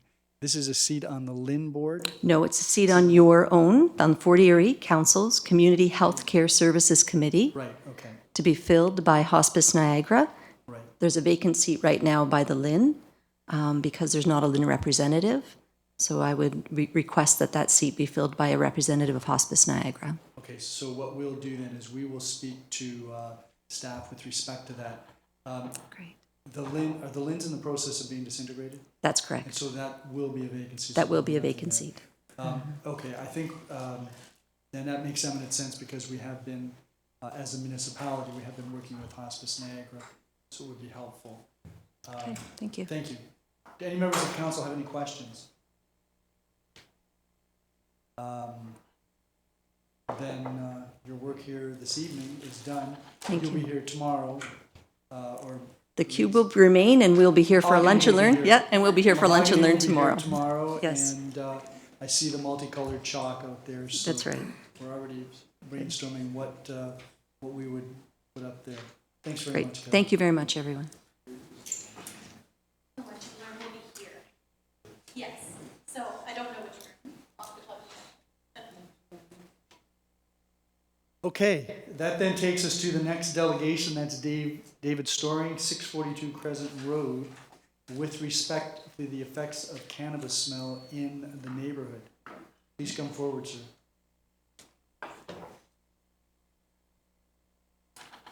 Good evening. Good evening, Your Worship, councilors. Thanks for having me. I'm just going to read this. You guys already have this letter, probably, right? I submitted it to the clerk. Anyways. But if it was submitted to the clerk, we'll ask for it to be circulated to members of council. All right. For anyone who didn't hear it, my name's David Storing. I've lived at 642 Crescent Road since 1978. I'd like to bring forward my concerns over the terrible odor in our neighborhood. I believe it's due to the growing of cannabis. I know for a fact that 3 of my neighbors are growing cannabis in a residential area. Growing is not illegal. But my question is, why do myself, my wife, all my neighbors, taxpayers in our neighborhood have to be subject to this rotten skunk smell because of the few who are growing it with no concern for their neighbors? I realize the federal Liberal government has made it legal to do so, but is there nothing this council can do to curb the stench of it? This awful smell could also impact the value of our properties. After all, who wants to live in an area where it smells like skunk 24/7? The federal government's cannabis regulation, SOR 2018-144, Part 2 licensing, general requirements related to authorized activities, Section 40, dwelling/house. The holder of a license must not conduct any activities that is authorized by the license in a dwelling house. I believe the main culprit of this odor holds a license authorizing him to grow cannabis. He or she is growing it in a house. Also, under general requirements, SOR 2019-206, S22, system filtration and ventilation, 85.1. Any building or part of a building where cannabis or anything that will be used as an ingredient in this produced, packaged, labeled, stored, or tested must be equipped with a system that, A, filters air to prevent the escape of odors associated with cannabis plant material to the outdoors. Perhaps a bylaw, proper filtering of the air before it is vented to the outdoors. We could try something like that, or perhaps looking at why certain residents in our neighborhood is able to run a grow op out of his house without proper or defective filtering system. Or perhaps requesting a bylaw officer or police to check if residents are in fact within the legal limits of how many plants they are actually growing upon complaints of neighboring residents. My wife's been complaining of headaches for months now, ever since the smell has become so bad we can't even open our windows. If I wanted to smell cow manure or chicken dung, I would have purchased a home in the country, but I didn't, so I bought in town. And now I have to put up with this. It's not really fair. And why do so many have to suffer to appease the few? Your worship, is there nothing we can do? Would you all like every day when you step out your door to walk into this wall of dead skunk odor? Some days it's so bad you can actually taste it when you walk outside. Makes for great barbecuing. Thank you for your time, and hopefully we can come to some kind of a... Thank you very much, Mr. Storing. I didn't get the part about the barbecuing, but stick around. I don't know if any other members of council have questions. Councillor Zanko, I know you live on the same, or you live in the same neighborhood. Yeah, thank you, Your Worship. Through you to Mr. Storing. I know you and I have spoken several Yeah. times. I'm very familiar with the property. But I don't know if you know that bylaw did visit that particular property last week and brought it to the owner's attention. And they were promised that some changes would be made. Now, I've noticed an improvement over the past few days. I'm just wondering if you've noticed the same. Yeah, it actually has been a little bit better. But what's going to stop this guy from doing it in the future? I mean, you got to go there every week and rattle his chain or what? He should have his license taken away somehow. We got to do something about that because it's going to happen again. We don't have control over the issuance of a license by Health Canada, but we do have some control over the use of the property. Councillor Dubanow, do you have your hand up? No, thank you very much. Oh, then Councillor Noyes did, sorry. You had your hand up? Yes. Okay, go ahead. No, thank you, Your Worship, and through you, thank you very much for your presentation. I just want to make it clear, you're talking about someone who has a license to grow medical or something like that in a house, and not a licensed producer that has gone through site plan control like Stevens Green or Canicure, the other facilities that we have operating in Fort Erie? This guy apparently got a license in 2013 or something, moved in the neighborhood long after the house was built. Yeah. And actually, I didn't really notice it till about maybe a year ago. It didn't smell, but maybe he's ramped up his operations. Apparently, he can have 70 plants. That's a lot. Yeah. A lot of smell. And one further question, if I may, Your Worship. I'm just wondering if, and I understand where you're coming from, if you've been in contact perhaps with, because Health Canada is a federal agency, if you've been in touch with our MP's office, Tony Baldinelli, or I sent him a letter. Okay, that might be the next step then, because Health Canada being the federal regulatory body, I would definitely encourage you to get in touch with him and start pressing that issue with him. One of the other neighbors I'm kind of working with now too, so he printed me off a whole bunch of stuff from Health Canada, so. Thank you very much for coming forward with your presentation. Thank you. Oh, wait, Councillor Noyes, you had your hand up? Nope. Actually, Councillor Zanko asked my question about the bylaw. Thank you. Any other councillors? Thank you very much for coming forward, and we'll make sure that your letter gets circulated to members of council. Thank you. That then takes us to our final delegation, and that's Barb Vanderheiden of the Big Brothers, Big Sisters, and I'm thinking there's a bowling competition coming up. There might be, Your Worship. Accompanied by Stephen Passero. Absolutely. Good evening, Mayor Redekop, councillors, staff, and community members. I am Barb Vanderheiden, Executive Director of Big Brothers Big Sisters of South Niagara. And joining me this evening is Stephen Passero, Vice President, Board of Directors.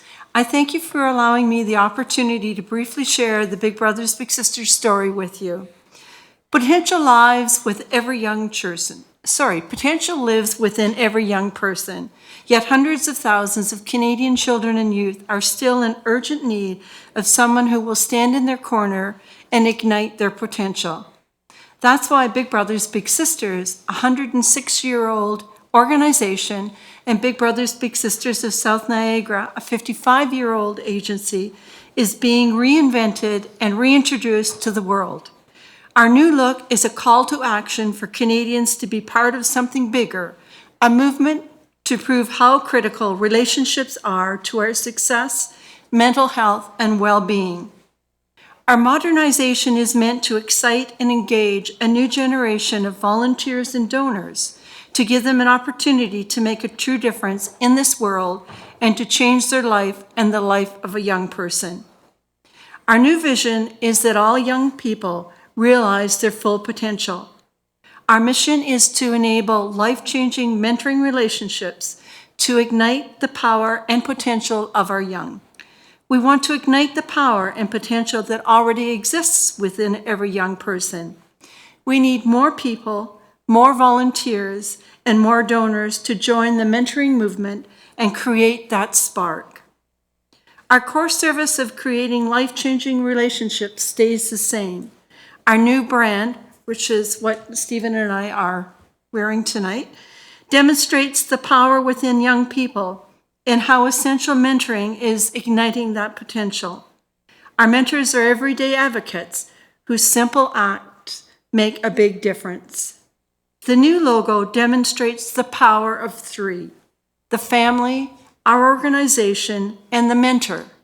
The three players who walk with young people through life's joys and hardships and ignite their power and potential, helping a young person forge a new path forward. Since 1964, Big Brothers Big Sisters of South Niagara have been matching children with adult role models in professionally supporting mentoring relationships that help them achieve their biggest possible futures. Investing in young people's futures pay off. As you all know, the social return on investment is 23 to every $1 through improved economic, health, and social outcomes. In 2019, our agency provided mentoring services to over 600 children and youth within our service area, plus a wait list of 150 children. We are about connectivity, opening pathways, and shaping productive, healthy, engaged citizens. We are all bigger together. Stephen is now going to talk to you about being part of something big. Thank you, Barb. Thank you for having me back. Good evening again, Mayor Redekop Council. I'm very happy to be here to share with you all of the details for this year's Tim Hortons Bowl for Kids' Sake. We know the town of Fort Erie has played a very significant role in making past events a success, and we're so glad to have you consider participation again this year. How can you help us ensure the matches within Fort Erie can continue? By gathering a team of 4 to 6 bowlers, registering your team either online at southniagara.bigbrothersbigsisters.ca or by calling the Big Brothers Big Sisters office and speaking with Barb or one of our many fantastic staff members. All of that information is available online. Teams gather a minimum of $200 in pledges or $50 per bowler. This year's theme is Ignite the Glow, with bowlers being encouraged to incorporate glow sticks into their outfits. I have partied several nights with Councillor McDermott. I know this won't be an issue for him. There'll be prizes for the teams with the best outfit. There isn't an easier or more fun way to get involved, support the children in our community to receive free mentoring programs. Our goal this year is to collect $30,000 from sponsors and pledges to take 30 of our youth off of the wait list. In addition to the prize for the best dressed, there are also several incentive prizes for pledge levels that your team may achieve. We've also secured a $500 Via Rail voucher for which every bowler will have their name entered to win for every $100 raised. We also have several sponsorship opportunities available if you want to support in other ways to help make us a success this year. Please give the office a call. Book your desired bowling time of either 4:30 or 7 p.m. on March 7th or March 14th. In closing, we'd like to remind you that the town of Fort Erie will once again have the chance to maintain the Mayor's Trophy for the 2020 Tim Hortons Bowl for Kids' Sake by participating and pledging. We encourage Mayor Redekop, Council, and staff and the families of the town of Fort Erie to join us March 14th at Lucky Strikes, which is formerly Carol's Bowling, for those that are not aware of that, Lucky Strikes now, to have a chance of maintaining the custody of the South Niagara Mayor's Trophy. We thank you for your participation in helping us provide mentoring programs to children living within the communities of Greater Fort Erie. We do have some bowling packages and goodies that Barb will distribute before we leave. And I also wanted to mention something very exciting that has happened within the last year. Once again, we have put a Big Brothers Big Sisters of South Niagara office back here in Fort Erie. So one has not existed since the amalgamation several years ago, but we felt that it was time to bring it back. We are now fully here in Fort Erie once again, not just on a programming level, which has never left, but also on an administration level. So we're happy, and we want to say a big thank you to the people at the Bell Tower Arts and Community Complex for offering us that space. It was very gracious of them, and we're happy to have that office here. And I will turn it back to Barb to answer any questions because that's out of my pay grade. So. Thank you for your time. We hope to see you all in the glow at the lanes. Enjoy your new pen. It's got our new logo on it, and if you pop that, you'll be in the glow. So we welcome you all to come and participate and try to maintain the Mayor's Trophy again. Yeah, and unfortunately, I'm going to be away, but we've got Councillor McDermott hot on the trail. We should get you started a little early. You could probably raise $30,000 yourself. Councillor McDermott is well on his way, and we want to say once again every year we are very, very appreciative to his efforts. He once again is probably going to come through in a very, very big way for us. So, Councillor, thank you very much. I'm sure that he will, and I understand you're working on putting together a team. Unfortunately, I'm going to be out of the country then. Barb, I promise I will get the mayor's check. Thank you so much, George. And you can register online, Mayor Redekop. You don't have to be here. That means we're going to be halfway to the 3,000 right there. Thank you, Mayor. As I told Councillor McDermott, the check is in the mail. Any members of council have any questions? Thank you very much for coming out. It's a wonderful program. It's a great event, and I know that everyone will have fun. Thank you for supporting us. Have a good evening. Thank you. Now, we're going to take a brief 5-minute break before we get into the agenda.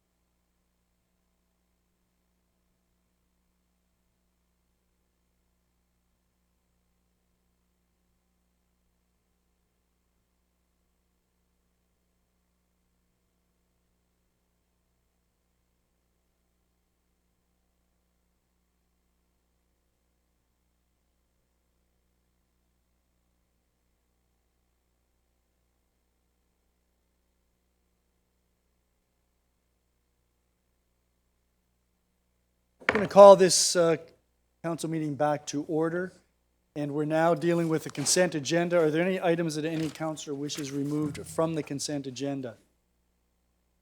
If not, Councillor Zanko, you have the resolution with respect to the matters in the consent agenda. Yes, moved by myself, seconded by Councillor Dubanow, that council approves the consent agenda items as recommended. Are there any questions or comments with respect to any of the items? Councillor Noyes. Thank you, Mayor Redekop. I have a few. Under correspondence 2B, it was talking about the request for support for homelessness for the funding review by the provincial government and the regional municipality of Niagara. And it really does outline how far behind they are in regards to the funding and how unfair the funding is in regards to population in need. I'm just wondering, is there anything more than just receiving support that we can do to draw more attention to the inadequacies, the unfairness of this, or is it just Well, if receiving support?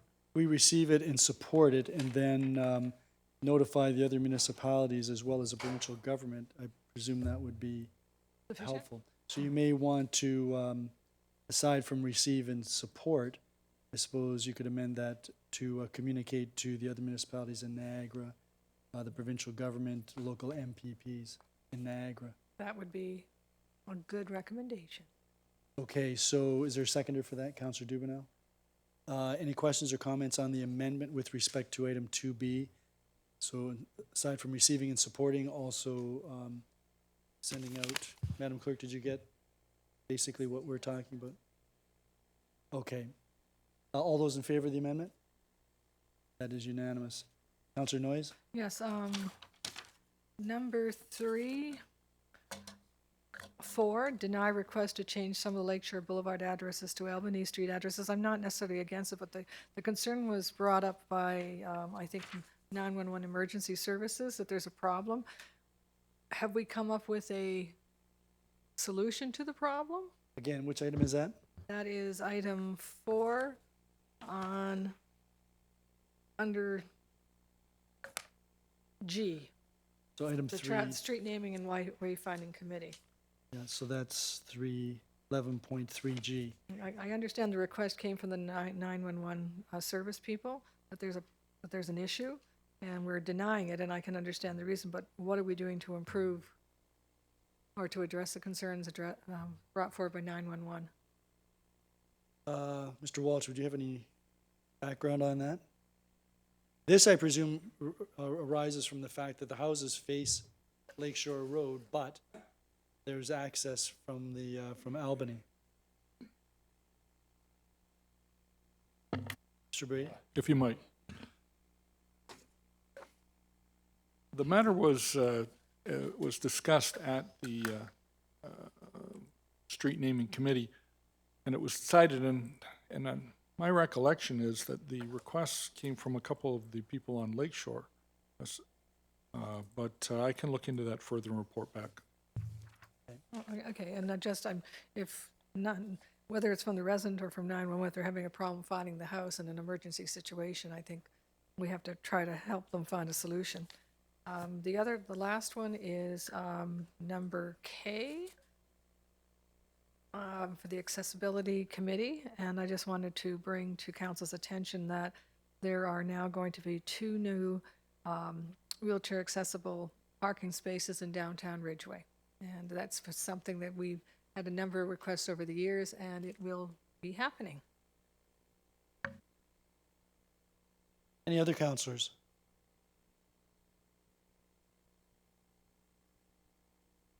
Then I'll call the question. All those in favor of the consent agenda item as amended?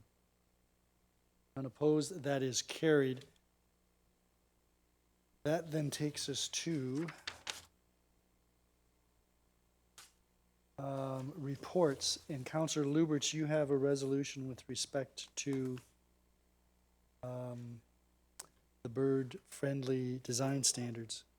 Yes, thank you very much, Mayor Redekop. Moved by myself and seconded by Councillor McDermott that council receives for information purposes report number PDS-53-1-2019 that summarizes feedback received regarding the proposed bird-friendly guideline standards. Are there any questions or comments with respect to that supplementary report? All those in favor of receiving it for information purposes? None opposed, that is carried. That then takes us to the next resolution, which is with respect to the report regarding bird-friendly designs itself, which was previously moved on October the 7th, 2019. So it's on the floor. Are there any questions or comments? All those in favor of the recommendations in the report? None opposed, that is carried. Councillor Noyes, you have the next resolution which relates to the proposed zoning bylaw amendment for the public meeting that we heard tonight. Move it myself and second by Councillor Dubanow that for PDS 07-2020 proposed zoning bylaw amendment, South Coast Village Phase 3-0-0-1519 Ridgeway Road, roll number 0. I don't think I have to read that whole out. Stephen Fraser, A.J. Clark, agent, Mars Home, Crystal Beach Incorporated, care of Dan Gabriel, owner. Now, council receives for information purposes report number PDS 07-2020 regarding proposed zoning bylaw amendment for South Coast Village Phase 3. Questions or comments? Councillor Lubberts. Yes, thank you very much, Mayor Redekop. Just there was a lady up here that was very concerned about she didn't want any short-term rentals. And I'm just wondering if staff can provide some insight. With the condominium agreement, does I'm assuming it'd be a homeowners association, do they have more control over how their bylaws can be implemented or put in place to prevent short-term rentals more than a municipality? So it'll be a condominium corporation which will have bylaws and rules. Mr. Brady, so there's a two-part question here. One relates to what the municipality can do about short-term rentals, and then if you know whether the condo corporation can add additional restrictions. First of all, thank you for the question.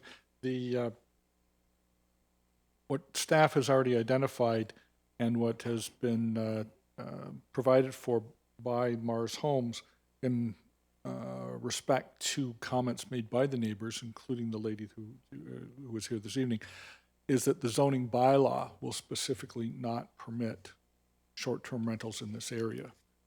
And so if that's approved by council, then it will be you'll certainly not be able to do it by the zoning bylaw, and therefore they'll not be able to get a permit under our new permit system because the zoning bylaw would not provide that. The question of whether or not the condominium corporation could also provide that, that's a question that we can review and bring back to council as a part of the condominium application.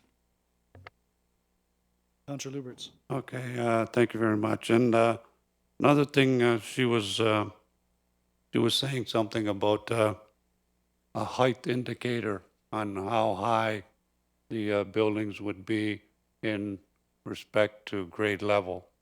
And I'm wondering if staff could ask if the developer would be willing to have something installed to show how high the buildings would be Well, I suppose staff can ask. from grade level.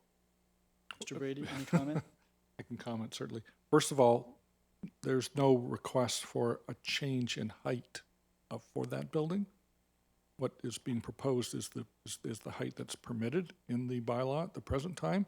So there's no increase being sought for that building. So the height is already within the bylaw. If Mars Homes, as a good corporate citizen, wants to put a post in the ground with a flag on it, that's fine. But it doesn't pertain to the zoning that's in front of us because it's not a matter that's for the consideration of council at the present time. Councillor Lubberts? Yeah, I understand that, but I mean, it would be a good neighborly thing to do, I think, just to appease the residents in the area. You've raised it, the developers here, you Yeah. can take that under advisement. Okay. Anything further, Councillor Lubberts? Yeah, no, that's it, thanks. Any other members of council? Mr. Brady, this is undoubtedly late in the game. Reverend Thomas raised the issue about affordable housing opportunities, whatever. I'm thinking that this development is beyond that initiative at this stage, correct? First of all, the whole notion of affordable housing, as we've tried to describe it in the past, means that if you provide for a range of housing, and this particular condominium is actually providing for different forms of housing that we don't really have a lot of in the town. The idea of the stacked townhouses, we don't have those, and those tend to be less expensive than ones that are not stacked townhouses. And the apartments that are associated with the one building are also things that would be cheaper. Now, we don't have any policies in place to even define what affordable housing is. I'm hoping that that will occur during this term of council. But I can say to you that the way that this project is designed is to encourage some smaller units, which tend to be more affordable. And if my good friend Danny out there, is kind to everybody, we'll have some that will be somewhat affordable. Okay, thank you very much. Are there any other questions or comments? If not, then I'm going to call the question on this report and the recommendation for information purposes. All those in favor? Unopposed? That is carried. That then takes us to Councillor Dubanow, with respect to Creekside Estates. Yes, Your Worship. Moved by myself, seconded by Councillor McDermott. PDS-08-2020 extension of draft plan approval, Creekside Estate subdivision, north side of Nye Road, east of Gorham Road. That council extends draft plan approval for Creekside Estate subdivision located on the north side of Nye Road, east of Gorham Road until April 10th, 2021. And the owner and regional municipality of Niagara Planning and Development Services Department be so advised, and further that council directs that the conditions of approval for Creekside Estates draft plan of subdivision be amended as detailed in Appendix 6 of report number PDS-08-2020, and the amended conditions of draft plan approval be circulated to the applicable agencies in accordance with the requirements of the Planning Act. Any questions or comments? Mr. Brady, we chatted briefly about this earlier today, and this is a development reminiscent of the one that we dealt with last week, where the time for approval was long ago. In this case, almost 2 years ago, and council has at one point provided staff with the authority to temporarily extend draft plan approval while certain things were being undertaken. Do you know if there are any other plans of subdivision, draft plans of subdivision that currently have either lapsed or will lapse unless they've been extended by staff? And if so, could you provide some background information to council by way of memo? Certainly, I'll provide a comment and then a memo can follow. There have been plans of subdivision that have lapsed in the not too distant past because of lack of activity. We are trying to force developers to move forward with that, and there have been examples of that brought to council. And I also understand that during some latter part of this year, there may be a report come to council on the planning policies that will provide some of a framework into how long staff should be able to extend. This one is been particularly a long time, and when draft plan approval lapses on a subdivision, it does put a good onus on the developer and a significant charge on the developer if he wants to bring it back for development, so we don't tend to want to do that if there's a better way of doing it. But there are certainly a number of draft plans which have been approved a number of years ago, which should either come to fruition or should lapse. So I understand that sometimes these deadlines get away from developers, the staff at the town raises that with them and tries to facilitate the process moving forward. I know that staff has been overwhelmed with work over the past couple of years, and we're trying to address that going forward.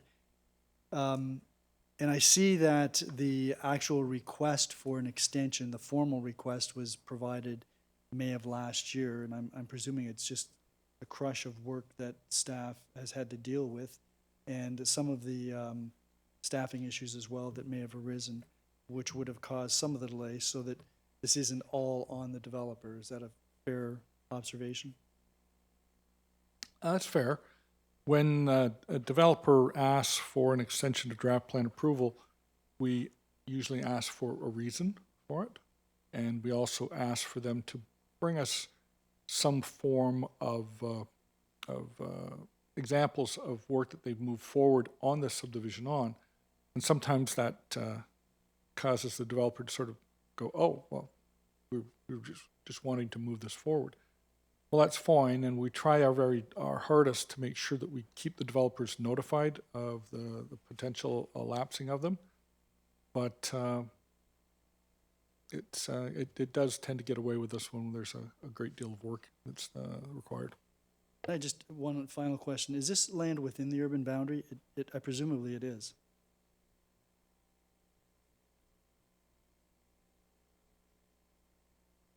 I'm just checking to be sure. Yes, I believe it is. Okay, thank you. Are there any other questions before I call the question? If not, all those in favor of the recommendations in the report? None opposed, that is carried. That then takes us to Councillor Butler. You have a resolution with respect to the industrial land urban areas boundary expansion. Yes, thank you, Your Worship. Moved by myself and seconded by Councillor McDermott. PDS 09-2020 Industrial Land Urban Area Boundary Expansion, that Council approves the completion of an industrial urban area boundary expansion site assessment, and further, that Council amends the 2020 operating budget by $75,000 for the purpose of the industrial land urban boundary expansion site assessment study, with $67,500 coming from Development Charges Reserve Fund for Administration Studies and $7,500 from the General Levy Rate Stabilization Reserve, and further, that Council directs staff to prepare a request for proposal to hire a consultant to prepare an industrial urban area boundary expansion site assessment study. Are there any questions or comments? Mr. Brady, this is another, what I thought, excellent report from Ms. Richardson, and she's covering a lot of territory for the planning department in a number of areas, and I think she's emblematic of the number of excellent planners that you have working in your department, and I'm confident that Ms. Dolch, when she takes over, will continue the tradition of very sound planning.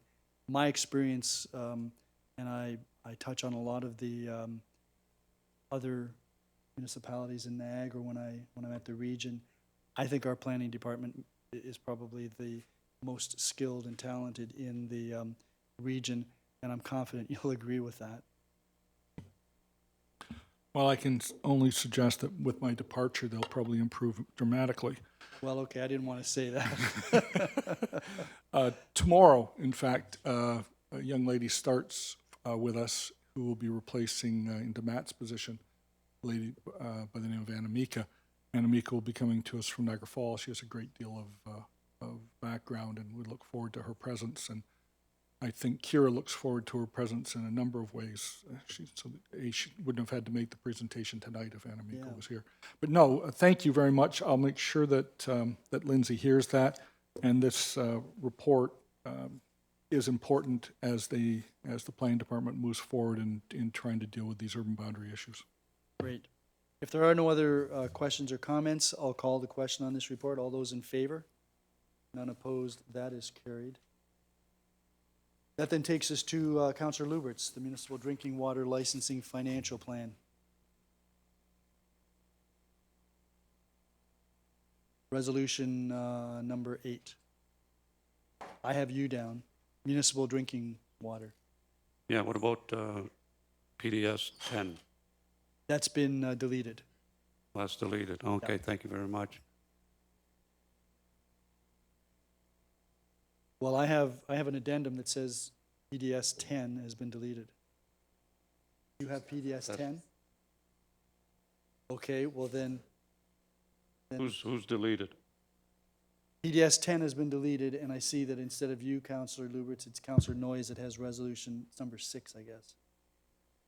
Your Worship, if I may, you have the report, which is CS 02-2020, which directs that council approve by resolution the drinking water plan attached as Appendix 1, and then we have the formal resolution under new business, which Councillor Noyes has.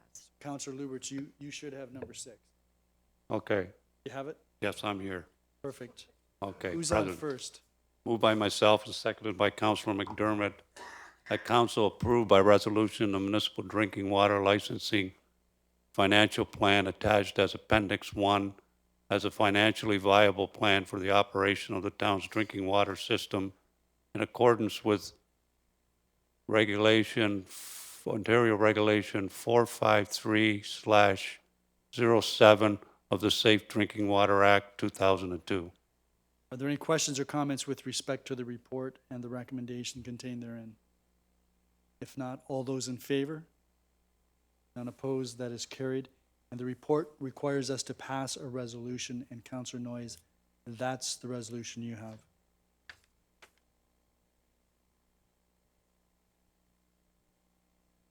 Please proceed. Okay, we're not doing it after that, okay. Moved by myself and seconded by Councillor Dubanow, whereas the Safe Drinking Water Act 2002 requires municipal drinking water system owners to approve a financial plan and submit the plan to the minister, and whereas Ontario Regulation 453-07 requires that financial plans be approved by resolution of council, and whereas council considered administrative report number CS02-2020 at its meeting held February 18th, 2020, and recommended that council approve by resolution the financial plan. Now therefore be it resolved that council approves the municipal drinking water licensing financial plan attached as Appendix 1 to administrative report number CS02-2020 as a financially viable plan for the operation of the town of Fort Erie's municipal drinking water system in accordance with Ontario Regulation 453/07 and the Safe Drinking Water Act 2002. Are there any questions or comments with respect to that resolution? All those in favor? So for those of you who are carefully following the agenda, you'll notice that I slid into inquiries and new business. That's actually item B. Item A is a response to inquiry raised by Councillor Butler at the meeting in January. And Mr. Walsh, would you like to respond to that on behalf of Mr. Hutton? Certainly, Mayor. Thank you. On January 13th, Councillor inquired about how many trees the town had planted town-wide since 2016, which was a little after the beginning of our EAB devastation. In response, town itself has planted 363 trees, but we have given away 1,200 trees through our annual spring tree giveaway in 2018 and 2019. We look to continue that in 2020 again. Any follow-up questions, Councillor Butler? Mr. Walsh, does this doesn't include trees that are planted by developers, does it? It does right now. The process we go through is that the developers give us monies towards tree planting, and when a subdivision is complete, our arborist will go out and locate ideal positions for trees. So this is included in that. We still have around $100,000 of development trees, money in reserve for developer-related plantings. If you'll recall, Mr. Hutton brought forward a report in the late winter regarding our forestry plan on how we plan to attack that.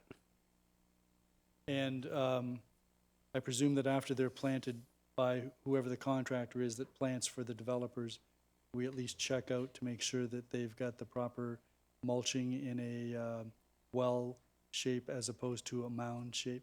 Sure. I think we should. I know that you're enthusiastic in pursuing that. Councillor Lubberts?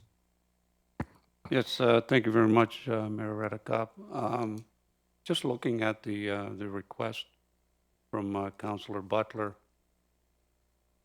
I'm not sure that we're getting the answer that that it's answering the question. The question was the amount of trees planted as a result of the emerald ash borer, and all we get here is we gave away 1,200 trees, and those 1,200 trees are the giveaway program that people can come and get a tree and take it home and plant it. And then I'm assuming the 363 trees are a result of the developers building new homes or renovation or whatever. But what about the ash borer? I'm not seeing anything in here. Have we planted any trees along roadsides that replacing the ash trees that have come down or that we've taken down? Well, we Or is haven't- that going to come in another budget item? We have in parks, and I don't know whether you can break this out or not, Mr. Walsh, but my understanding is we've been focused so far on primarily removing dead ash trees, and then we're gonna be shifting probably next year to starting to plant, because we'll have dealt with most of the dead ash trees. That's correct. Okay, so that right now, the number of trees that would have been planted to replace dead ash trees would be nominal, specifically on that point? That's correct. We've taken down, if I recall correctly, upwards of 8,000 trees as a result of the EAB issue. So obviously, 363, and even if you include the 1,200 for our tree giveaway, which is emanating from that program, realizing we can't get out there and plant 1,200 trees ourselves, it comes nowhere close to addressing the devastation. My understanding is, though, that once we've got the removal of dead ash trees under control, which should be next year, that we'll start shifting the emphasis of the financial resources available to planting trees. Is that not staff's direction? Yes, that's correct. Councillor Lubberts? Yes, thank you very much. And I think at the last meeting, or a couple meetings ago, Mr. Walsh mentioned that there was some organizations or some people that have come forward, said that they would be willing to start some small trees so that we could plant them throughout town, replace them. Is that still, are we reaching out to other organizations to? Mr. Walsh? Was an initiative a number of years ago where a organization, and the name fails to ring a bell with me right now, they had they were willing to allocate land, but I don't think that ever came to fruition, and the reason escapes me right now. So I'm assuming that for the 2021 budget, we're going to be looking for some funding for tree planting to replace the ash trees. I think that's projected, Mr. Walsh. Is it 2021? Yes, this Yeah. 2020 is the last year of we hope of mass removals. There still will be removals next year, 2021, 2022, but the volume is certainly decreasing where we can shift some of our efforts into planting. Lubberts, anything further? Yes, thank you very much. I'm just wondering if maybe we should reach out to some of the other environmental organizations, maybe Burt Miller Club, or we have a horticultural club and stuff in town, and reach out and ask if there's any lands available that maybe they could even start some trees now so that we would have some kind of a stock in the future, because trees are not cheap. I think we'd want to develop some type of program so that if that's one of the things we're doing, we have to figure out where we're going to get the stock where it's going to be located and that type of thing. So I think it takes a little bit more in-depth approach, but I certainly don't disagree with you about that. And I think we could also maybe bring in some of the retailers of trees and maybe even some of the nurseries. So I think that there's an opportunity here for program that would deal with tree planting and replanting. Yes, and just to add to that too, I'm hoping that we contact the Environmental Advisory Committee to give us some advice as to native trees, because I know that there are some trees that are native to certain areas of Fort Erie, but not so much native to other areas of Fort Erie.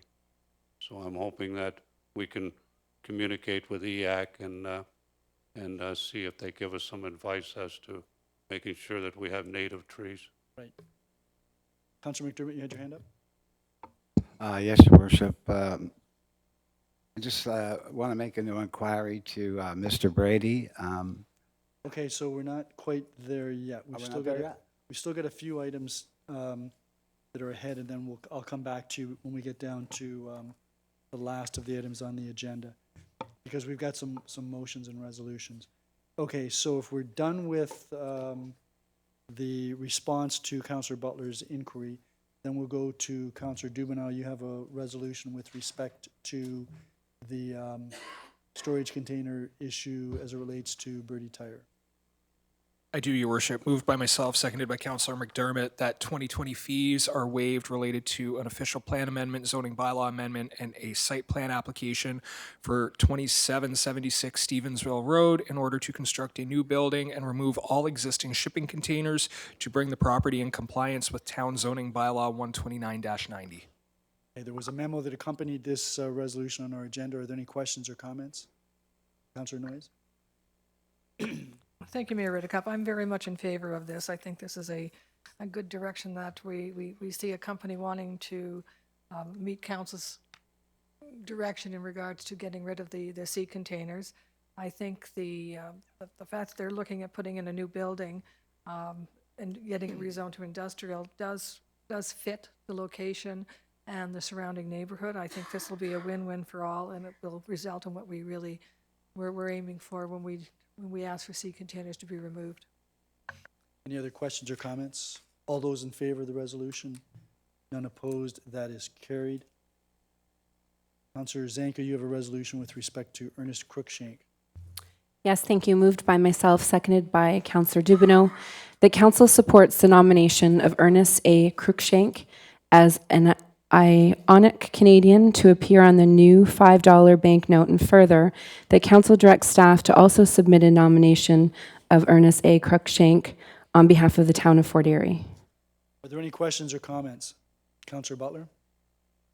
Thank you, Your Worship. I just wanted to let you know that this committee is probably the most fascinating and well-researched individuals, and Mr. Ratcliffe has really done his homework with respect to Mr. Cruikshank and all of the things that he has contributed throughout his lifetime to our community and to Canada itself. So I'm in support of this wholeheartedly. Thank you. Any other comments, questions? All those in favor of the resolution? None opposed? That is carried. And Councillor Butler, you have the next resolution. Yes, thank you, Your Worship. Moved by myself and seconded by Councillor McDermott that Council accepts the resignation of Linda Scott from the Affordable Housing Committee, and further that Council directs staff to proceed with filling the vacancy in accordance with the procedural bylaw. Are there any questions or comments? Councillor Butler. Thank you. I sit on this committee, as you know, and I just wanted to say thank you to Linda for all of her input. She is a guiding force, and it's a shame that she has to resign at this point, but I know her load is heavy in getting more affordable housing done for the Lions of Fort Erie, so thank you. Yep, I echo your comments with respect to her contributions to that committee. All those in favor of the resolution? Unopposed? That is carried. Now, before we deal with the next one, everybody has to submit your ballot to the clerk so that she can tabulate what name will be inserted in the blank space for the appointment to fill the vacancy.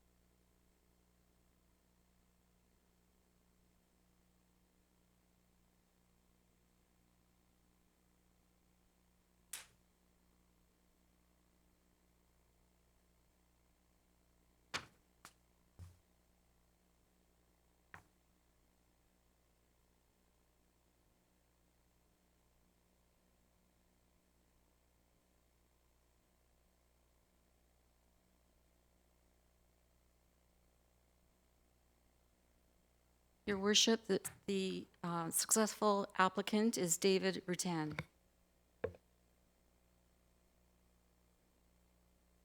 Councillor Lubberts, you have the motion, so you'll insert that name.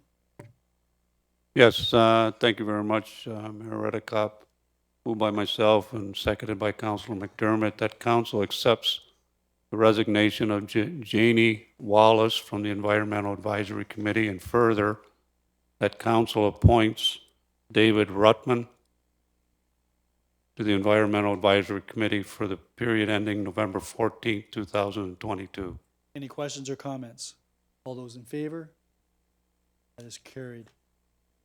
Councillor Dubanow, you have the resolution with respect to the Transit Advisory Committee. I do, Your Worship. Moved by myself, seconded by Councillor McDermott, that council appoints Ken Walker to the Transit Advisory Committee for the period ending November 14th, 2022.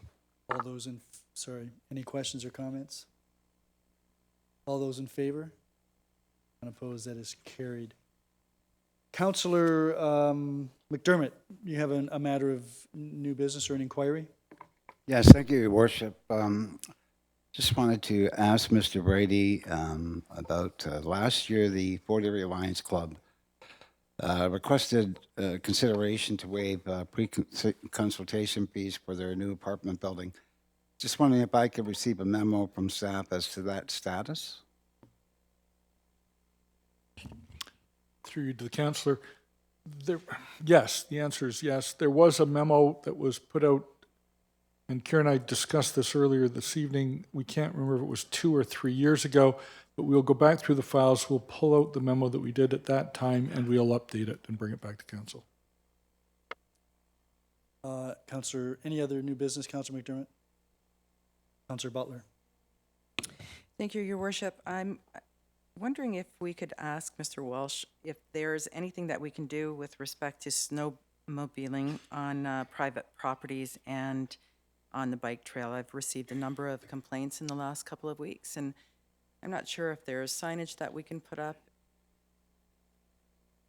Mr. Walsh. I'm sorry, I didn't catch the first part of that question. Snowmobiling on. Snowmobiling. I thought you said private snow removal. Yes, we have a number of bylaws, and this seems to rear its ugly head every year. We do have bylaws that speak to this. It is a matter of catching them in the act, unfortunately. But when we have a significant snowfall in the near future, I'll speak with Mr. Brady and see if we can do some weekend enforcement. We do have a traffic coordinating committee coming up shortly. The police are usually present at that. We can speak to them as well. Anything further, Councillor Butler? Councillor Zanko. Thank you, Your Worship. Through you to Mr. Brady. Mr. Brady, at the January 13th Council Committee meeting, you suggested that I bring notice of motion with regard to a traffic impact study during site plan application for 745 Crescent Road. I just wondered, should I bring that forward now, or obviously under notice of motion, or would it be beneficial if I wait later on to when there may be? 745, where the water tower was, I would, Mr. Brady, you can answer this. My thinking would be that until such time as we know what's going to happen there, certainly the planners can require that there be a traffic study, but the question was directed to you, Mr. Brady, so I'll let you answer. Yes, thank you. When we spoke of it, I believe the concern that was raised by a member of the public was if the apartment is what's chosen for that, as opposed to some of the other forms of housing.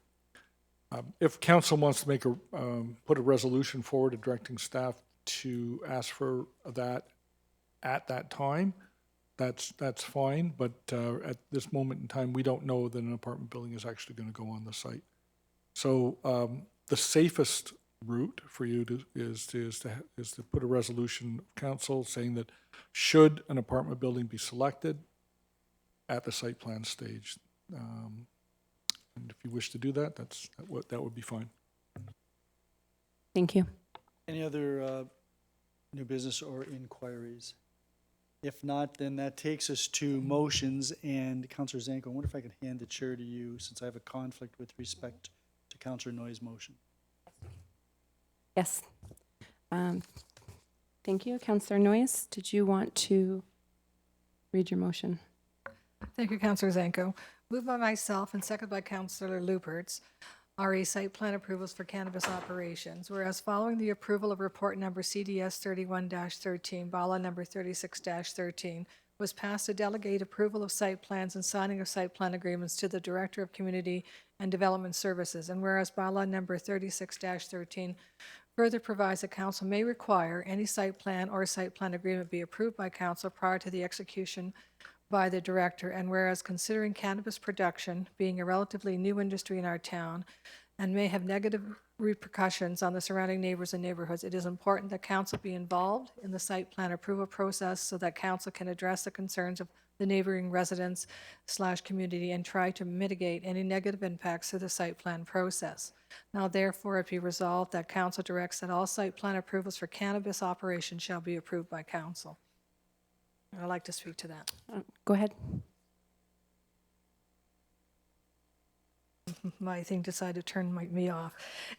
Anyway, I think it's important. The industry is increasing. It's a new industry, and it's going to be increasing, substantially over the next several years, and particularly in my ward, and I think probably in your ward, Councillor Zanko, where there and Councillor Lubberts, that we have a lot of agricultural land and things like that. Now, I know that in my ward particular, there's at least 4 that are planned, and I think we do need to be involved in the site plan proposals. I think it's no different than what we did on the Garrison Road, which did come before council, I think at a request of one of the councillors, but we did ask for smell mitigation, like filters and things like that. We did request some changes to the site plan, added requirements, and I think council does need to be involved in any site plan agreement for cannabis. I know that we can ask for each one individually, but I think if staff is directed, and I don't think they would have a problem with it, bringing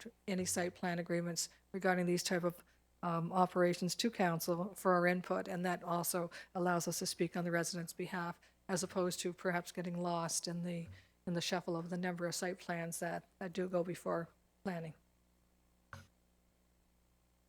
Would any other member of council like to speak to this? Councillor Dubanow?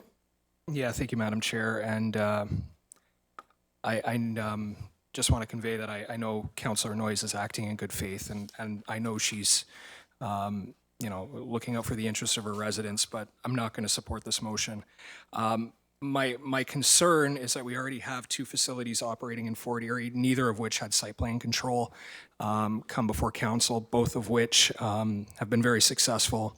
We've had no complaints, according to Mr. Brady, received by Town Hall for any odor or other nuisance-related issues. My concern is that The mayor a moment ago said we have the most skilled and talented planning department in the region, and I completely agree with him. And I think part of the reason why we have 2 successful facilities in Fort Erie that have not had any complaints received by residents is because of the skill of our planning staff. And as much as other municipalities have faced challenges, some may describe it as dropping the ball, if you will. That has not occurred here, and I think it is because of the people we have working at Town Hall. My concern is that the moment it becomes a political issue and that you involve elected officials who are not experts, who may have varying concerns or opinions or may not even want to see this industry exist at all, as an example, that you're setting the process up for failure rather than the successes we've already had in Fort Erie. And I know Councillor Noyes is acting in good faith. I have no question of that at all, but I can't support this. The process we have had has worked, and we need to continue to let it work. So I will not be supporting this. Thank you.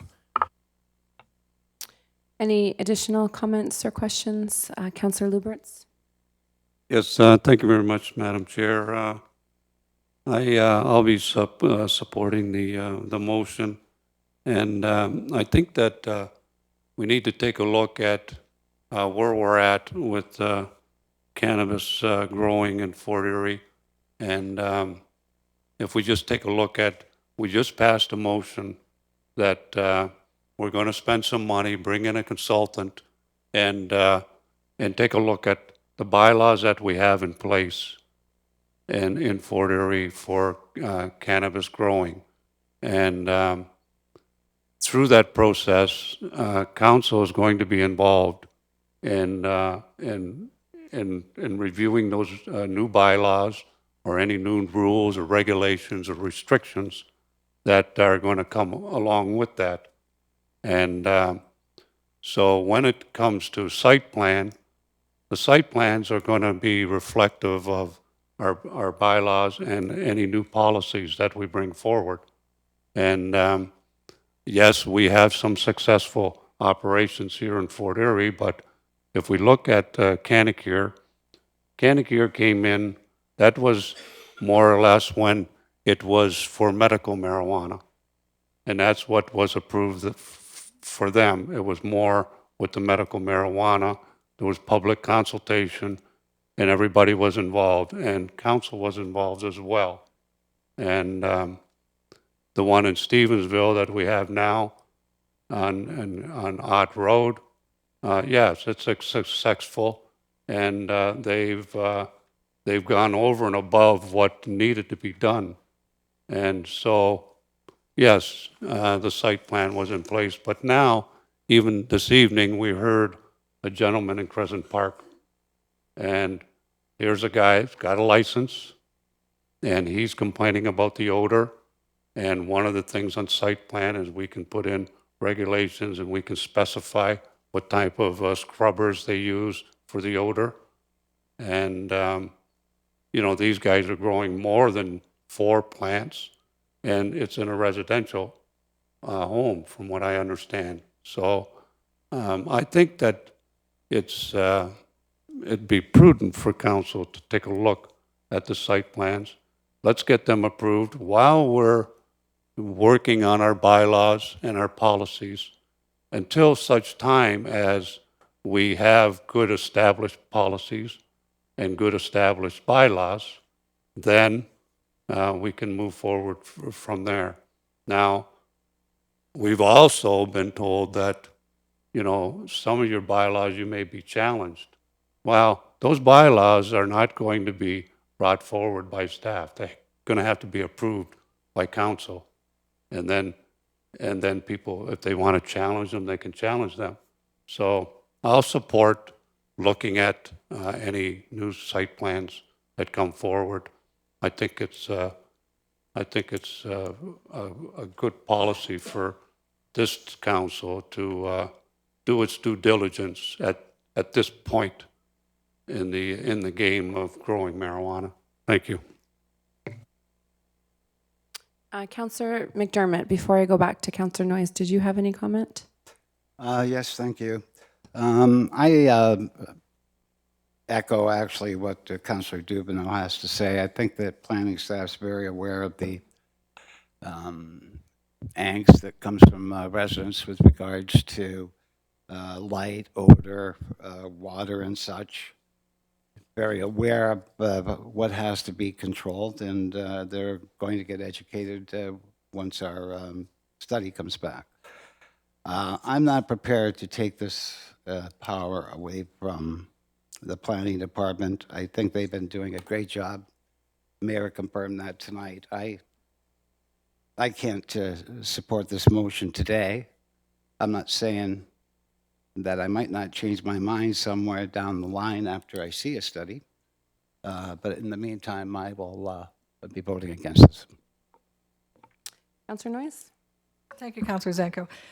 Again, this is not to, put down the cannabis industry. What it's to do is to ensure that the residents' concerns are being met. And we're trying to make this, what I'm hearing is that, okay, because we don't trust our staff, that has nothing to do with it. Of course we trust our staff, or they wouldn't be our staff. I know that when I talked to Mr. Brady, it was one of his suggestions is that, why don't you bring forward a motion to ask that site plans come before council? He didn't seem to have a problem with it when we discussed it. And I'm not saying it was his idea, but I think it did come from him. He gave me the example. You did it on Garrison Road. And the facility that's being built on Garrison Road is quite different than the two that Councillor Dubanow referred to, which are excellent examples. I think if all of them could be that way, but there's nothing that says that they have to be that way.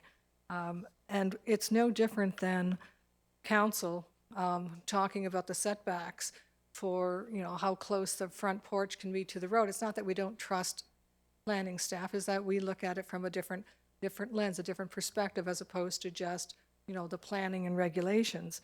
We look at it from like if we live there, would we like to see this for the driveway and things like that? And again, it's not that we're questioning staff's recommendation, is that we see it through a different lens. And again, the cannabis thing, I think as residents and as the residents' representatives, we need to be their voice. And again, many of the site plans do not come before council.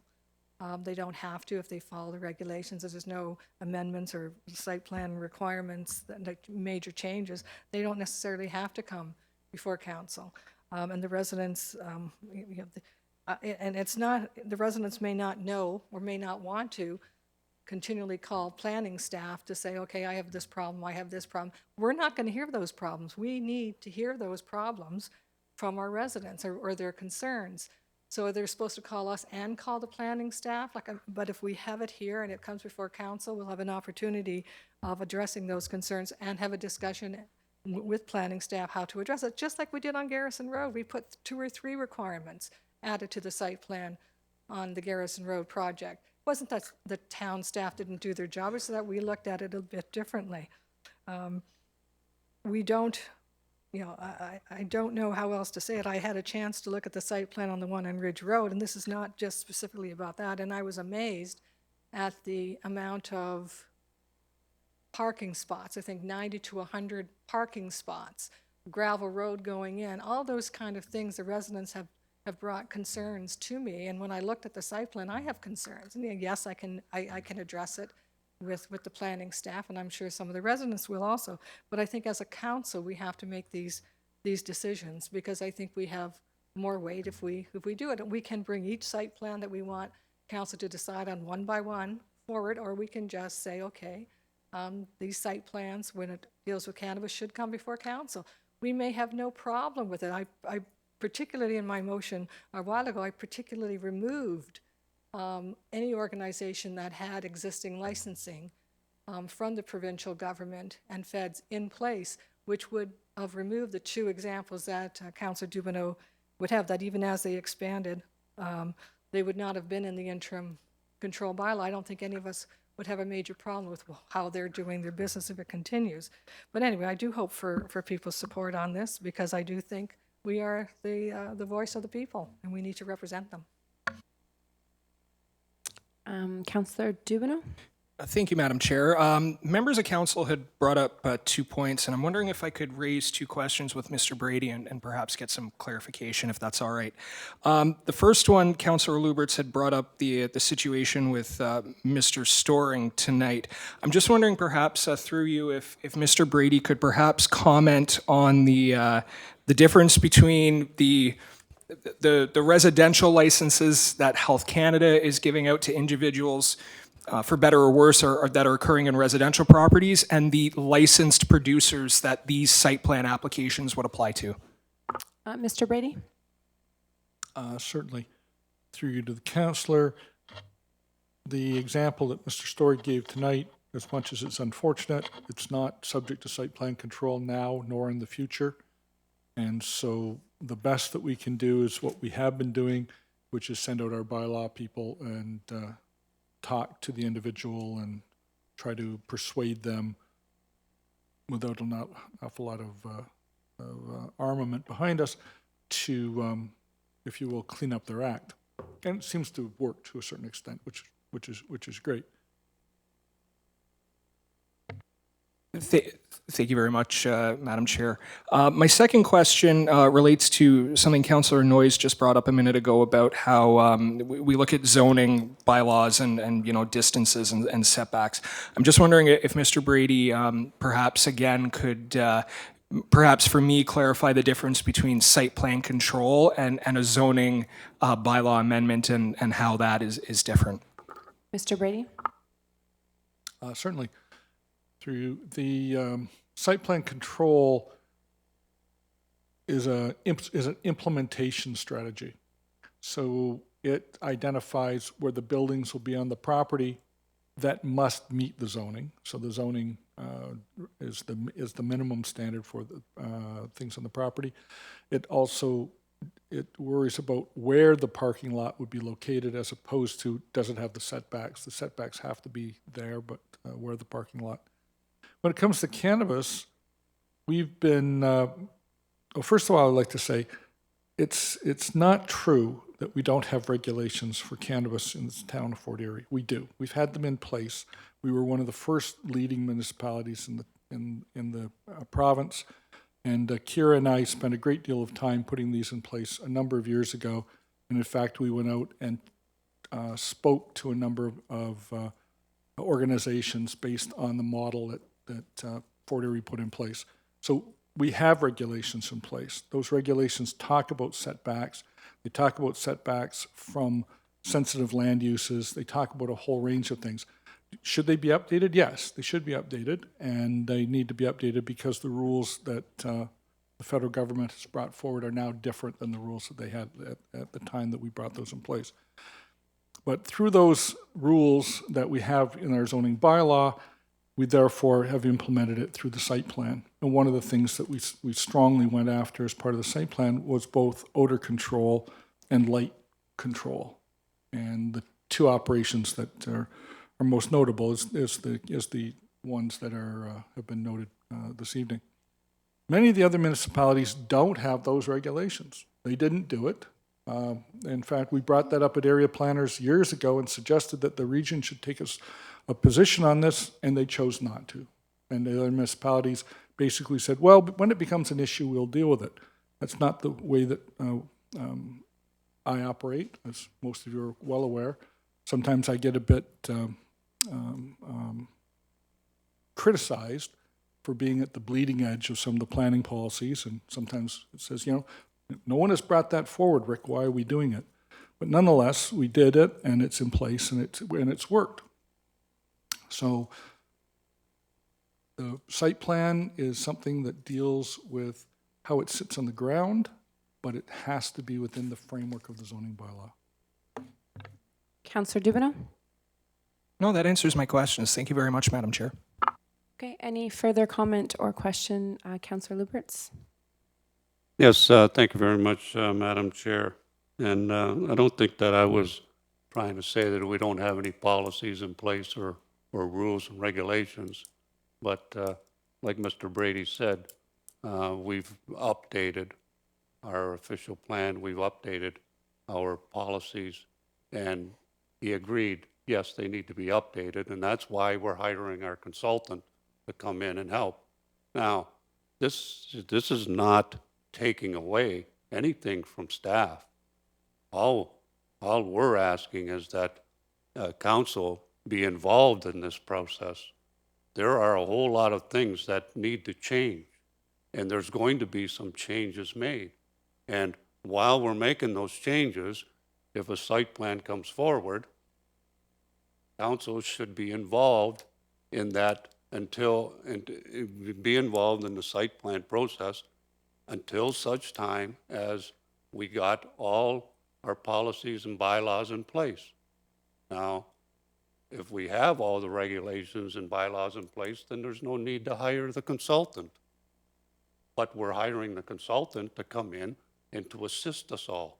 And I never, ever thought that it was a bad idea to put another set of eyes or another thought into place, right, when you're making your rules and regulations. So to have council be part of the process just on this issue, I don't see that there would be a problem. And I think that, you know, it'd be, if we're going to do our due diligence on this, let's get it right. And let's get it right, and let's all work together on it and make sure that it's right. Any other comment? I will call the question. All those in favor? Opposed? That motion is defeated. I'd hand the chair back to you now. Thank you very much, Councillor Zanko. Mr. Jansen, I wonder if you could, oh.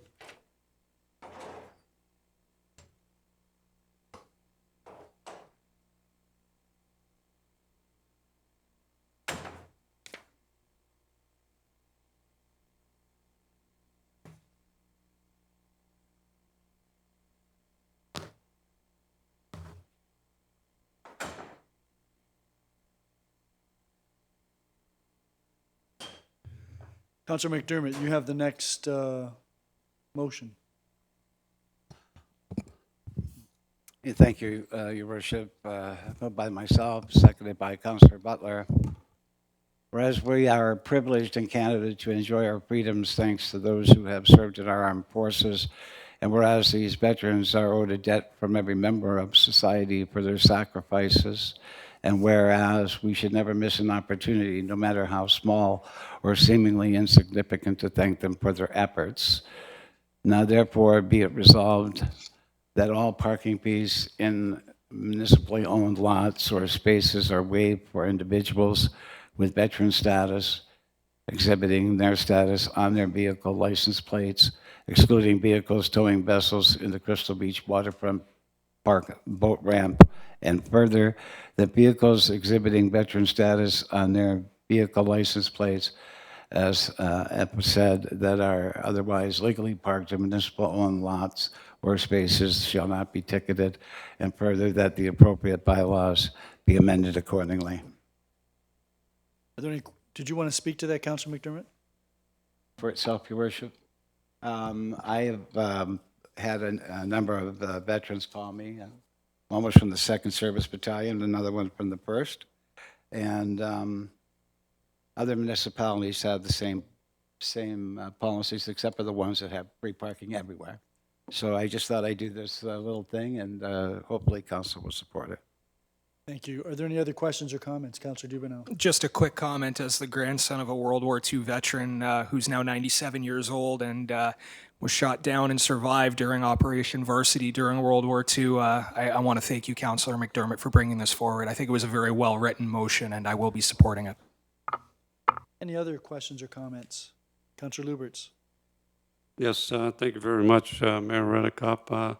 On the first that, we're excluding vehicles that are towing vessel trailers. And in the Crystal Beach waterfront park boat ramp,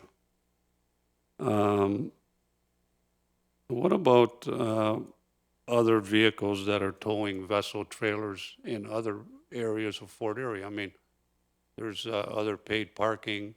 If you are going about your day-to-day business, yes, I can see that. But when you're, obviously, it looks like they're targeting vessel trailers at waterfront park. So if you're out boating, then you have to pay. Is that what I'm reading here? So if you're out doing your leisure, right, and recreational business in your life, you have to pay. But only if you're doing your leisure and your recreational at waterfront park. But if you're doing leisure and recreational somewhere else, you don't have to park or pay.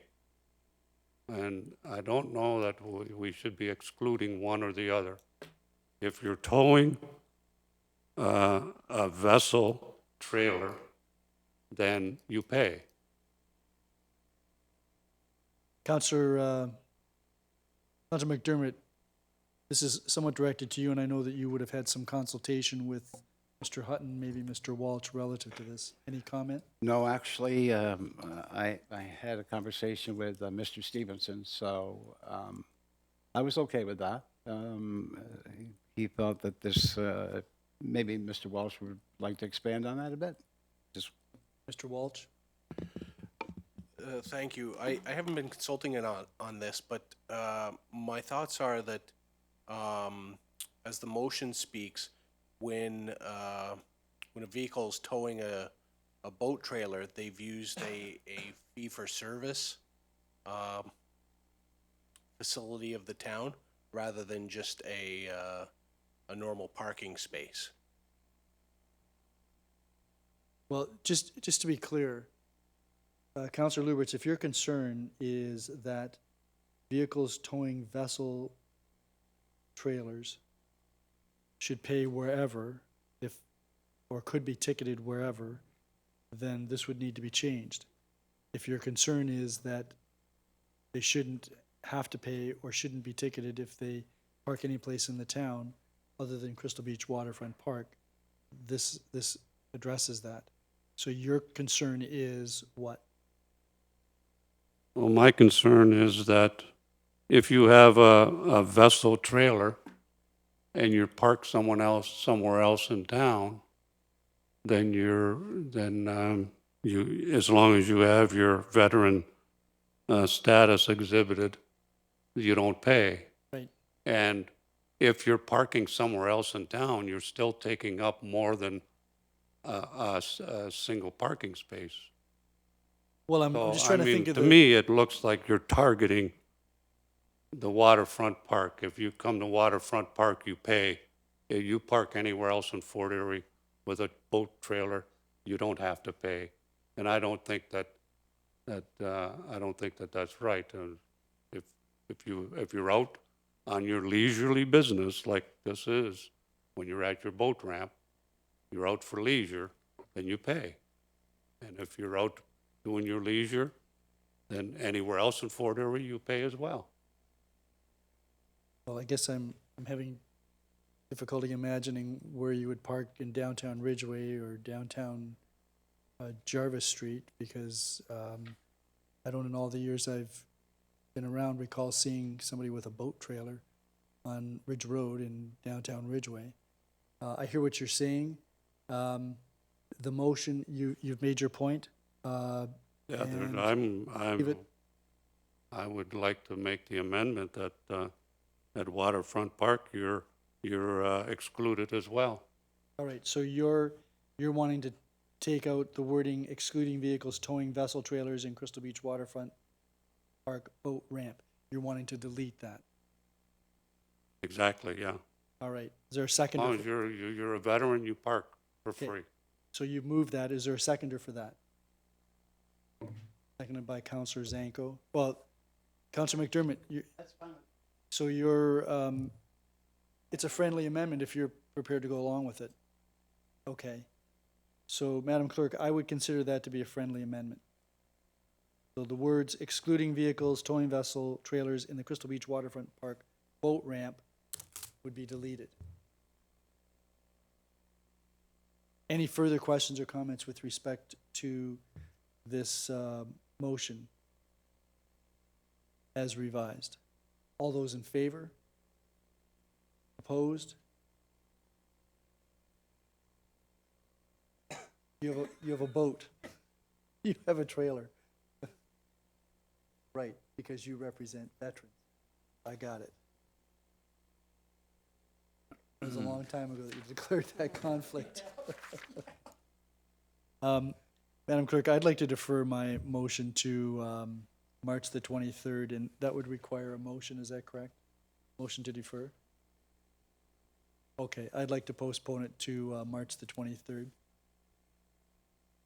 Then that takes us to notices of motion. Does anyone have any notices of motion? Councillor Zanko and then Councillor Noyes.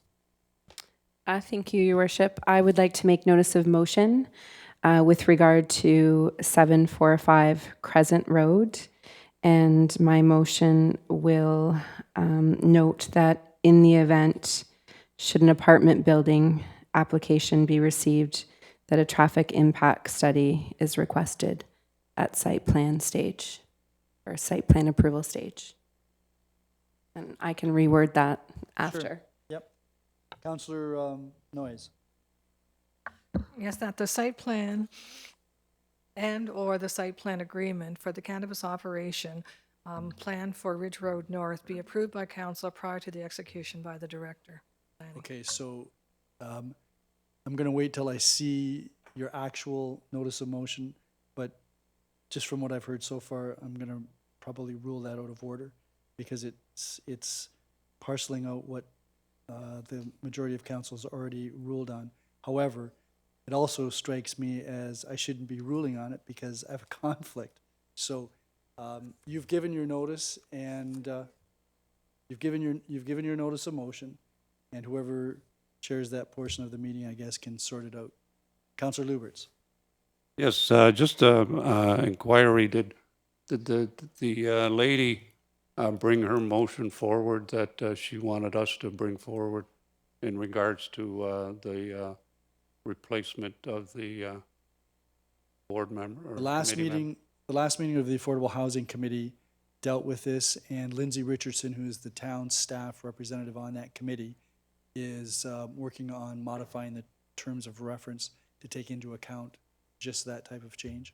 So we'll be getting something from staff on that regardless. All right, we don't need to bring a notice of motion We don't need to tonight. do anything. Oh, okay, all right. Okay.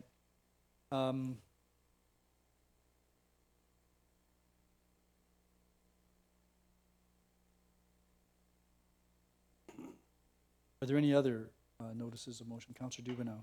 Thank you, Your Worship. I'd like to bring notice of motion regarding ditching on 10th Street. Ditching on 10th Street? 10th, yes. In between now and then, there will be a infrastructure services meeting. If you're available, you might want to attend that. If you're not available, you might want to provide Mr. Walsh with information as to what it is you're driving at. It's actually a good point that you brought that up. Mr. Walsh and I actually had some discussions about this, and this is kind of the route from our discussions that we're going to be going. Okay. Any others? Then that takes us to consideration of bylaws.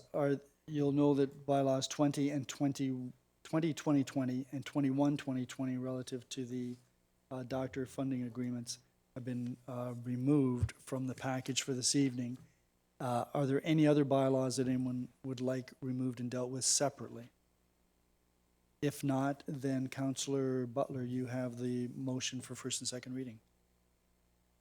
Yes, thank you, Your Worship. Moved by myself and seconded by Councillor McDermott that the bylaw package containing 18-2020 to adopt the general capital budget and the general levy operating budget for the town of Fort Erie for the year 2020, 19-2020 to appoint George Stojanovich and Nicholas Chevalier as municipal law enforcement officers for the town of Fort Erie winter parking, and to repeal bylaw number 140-2018, 22-2020 to accept and declare a daylighting triangle as public highway at the northeast corner of Beechwood Avenue at Glen Olden Lane, Jason Kurtek, 23-2020 to authorize the entry into a communications access agreement with Niagara Regional Broadband Network Limited. 24-2020 to amend bylaw number 33-2017 to reestablish the Communities in Bloom Committee and approves its terms of reference. Is given first and second reading. All those in favor? That is carried. Councillor Zanko, you have third and final reading for the bylaw package. Yes, moved by myself, seconded by Councillor Dubanow, that bylaws 18-2020, 19-2020, 22-2020, 23-2020, 24-2020 are given third and final reading to be signed by the mayor and the clerk under the corporate seal. Are there any questions or comments? All those in favor? None opposed, that is carried. Councillor McDermott, you have the resolution for first and second reading of the confirmatory bylaw. Thank you, Worship. Moved by myself, seconded by Councillor Butler, that bylaw number 25-2020 to confirm the actions of council at its council meeting held on February 18, 2020 is given first and second reading. All those in favor? That is carried. Councillor Noyes, third and final reading. Moved by myself and seconded by Councillor Dubanow that ballot number 25-2020 is given third and final reading to be signed by the mayor and the clerk under the corporate seal. Are there any questions or comments? All those in favor? None opposed, that is carried. That takes us to scheduling of meetings. Any meetings coming up? Councillor Noyes?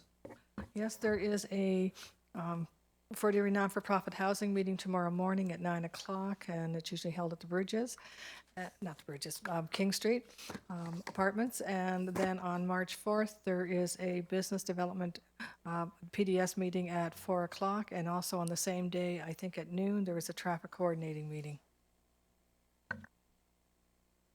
Which day is that? Sorry?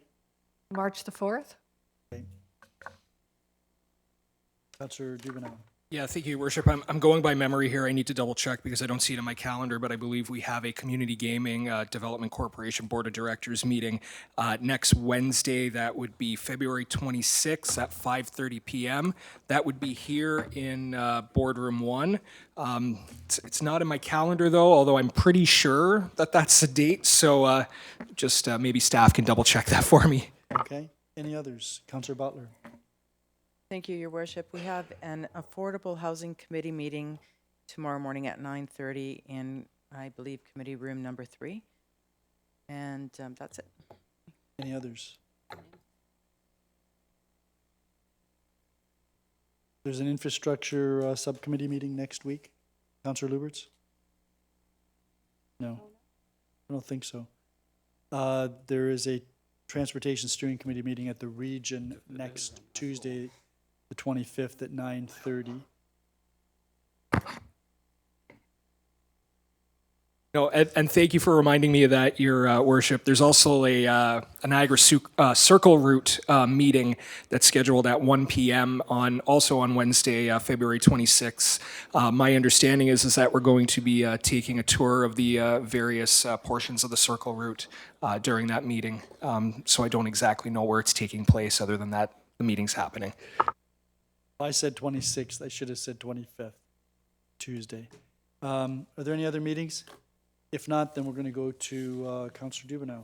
Yes, thank you, Your Worship. Moved by myself, seconded by Councillor McDermott, that council adjourns at 9:11 p.m. to reconvene into a regular meeting of council on March 23rd, 2020. All those in favor? None opposed? That is carried. Thank you all.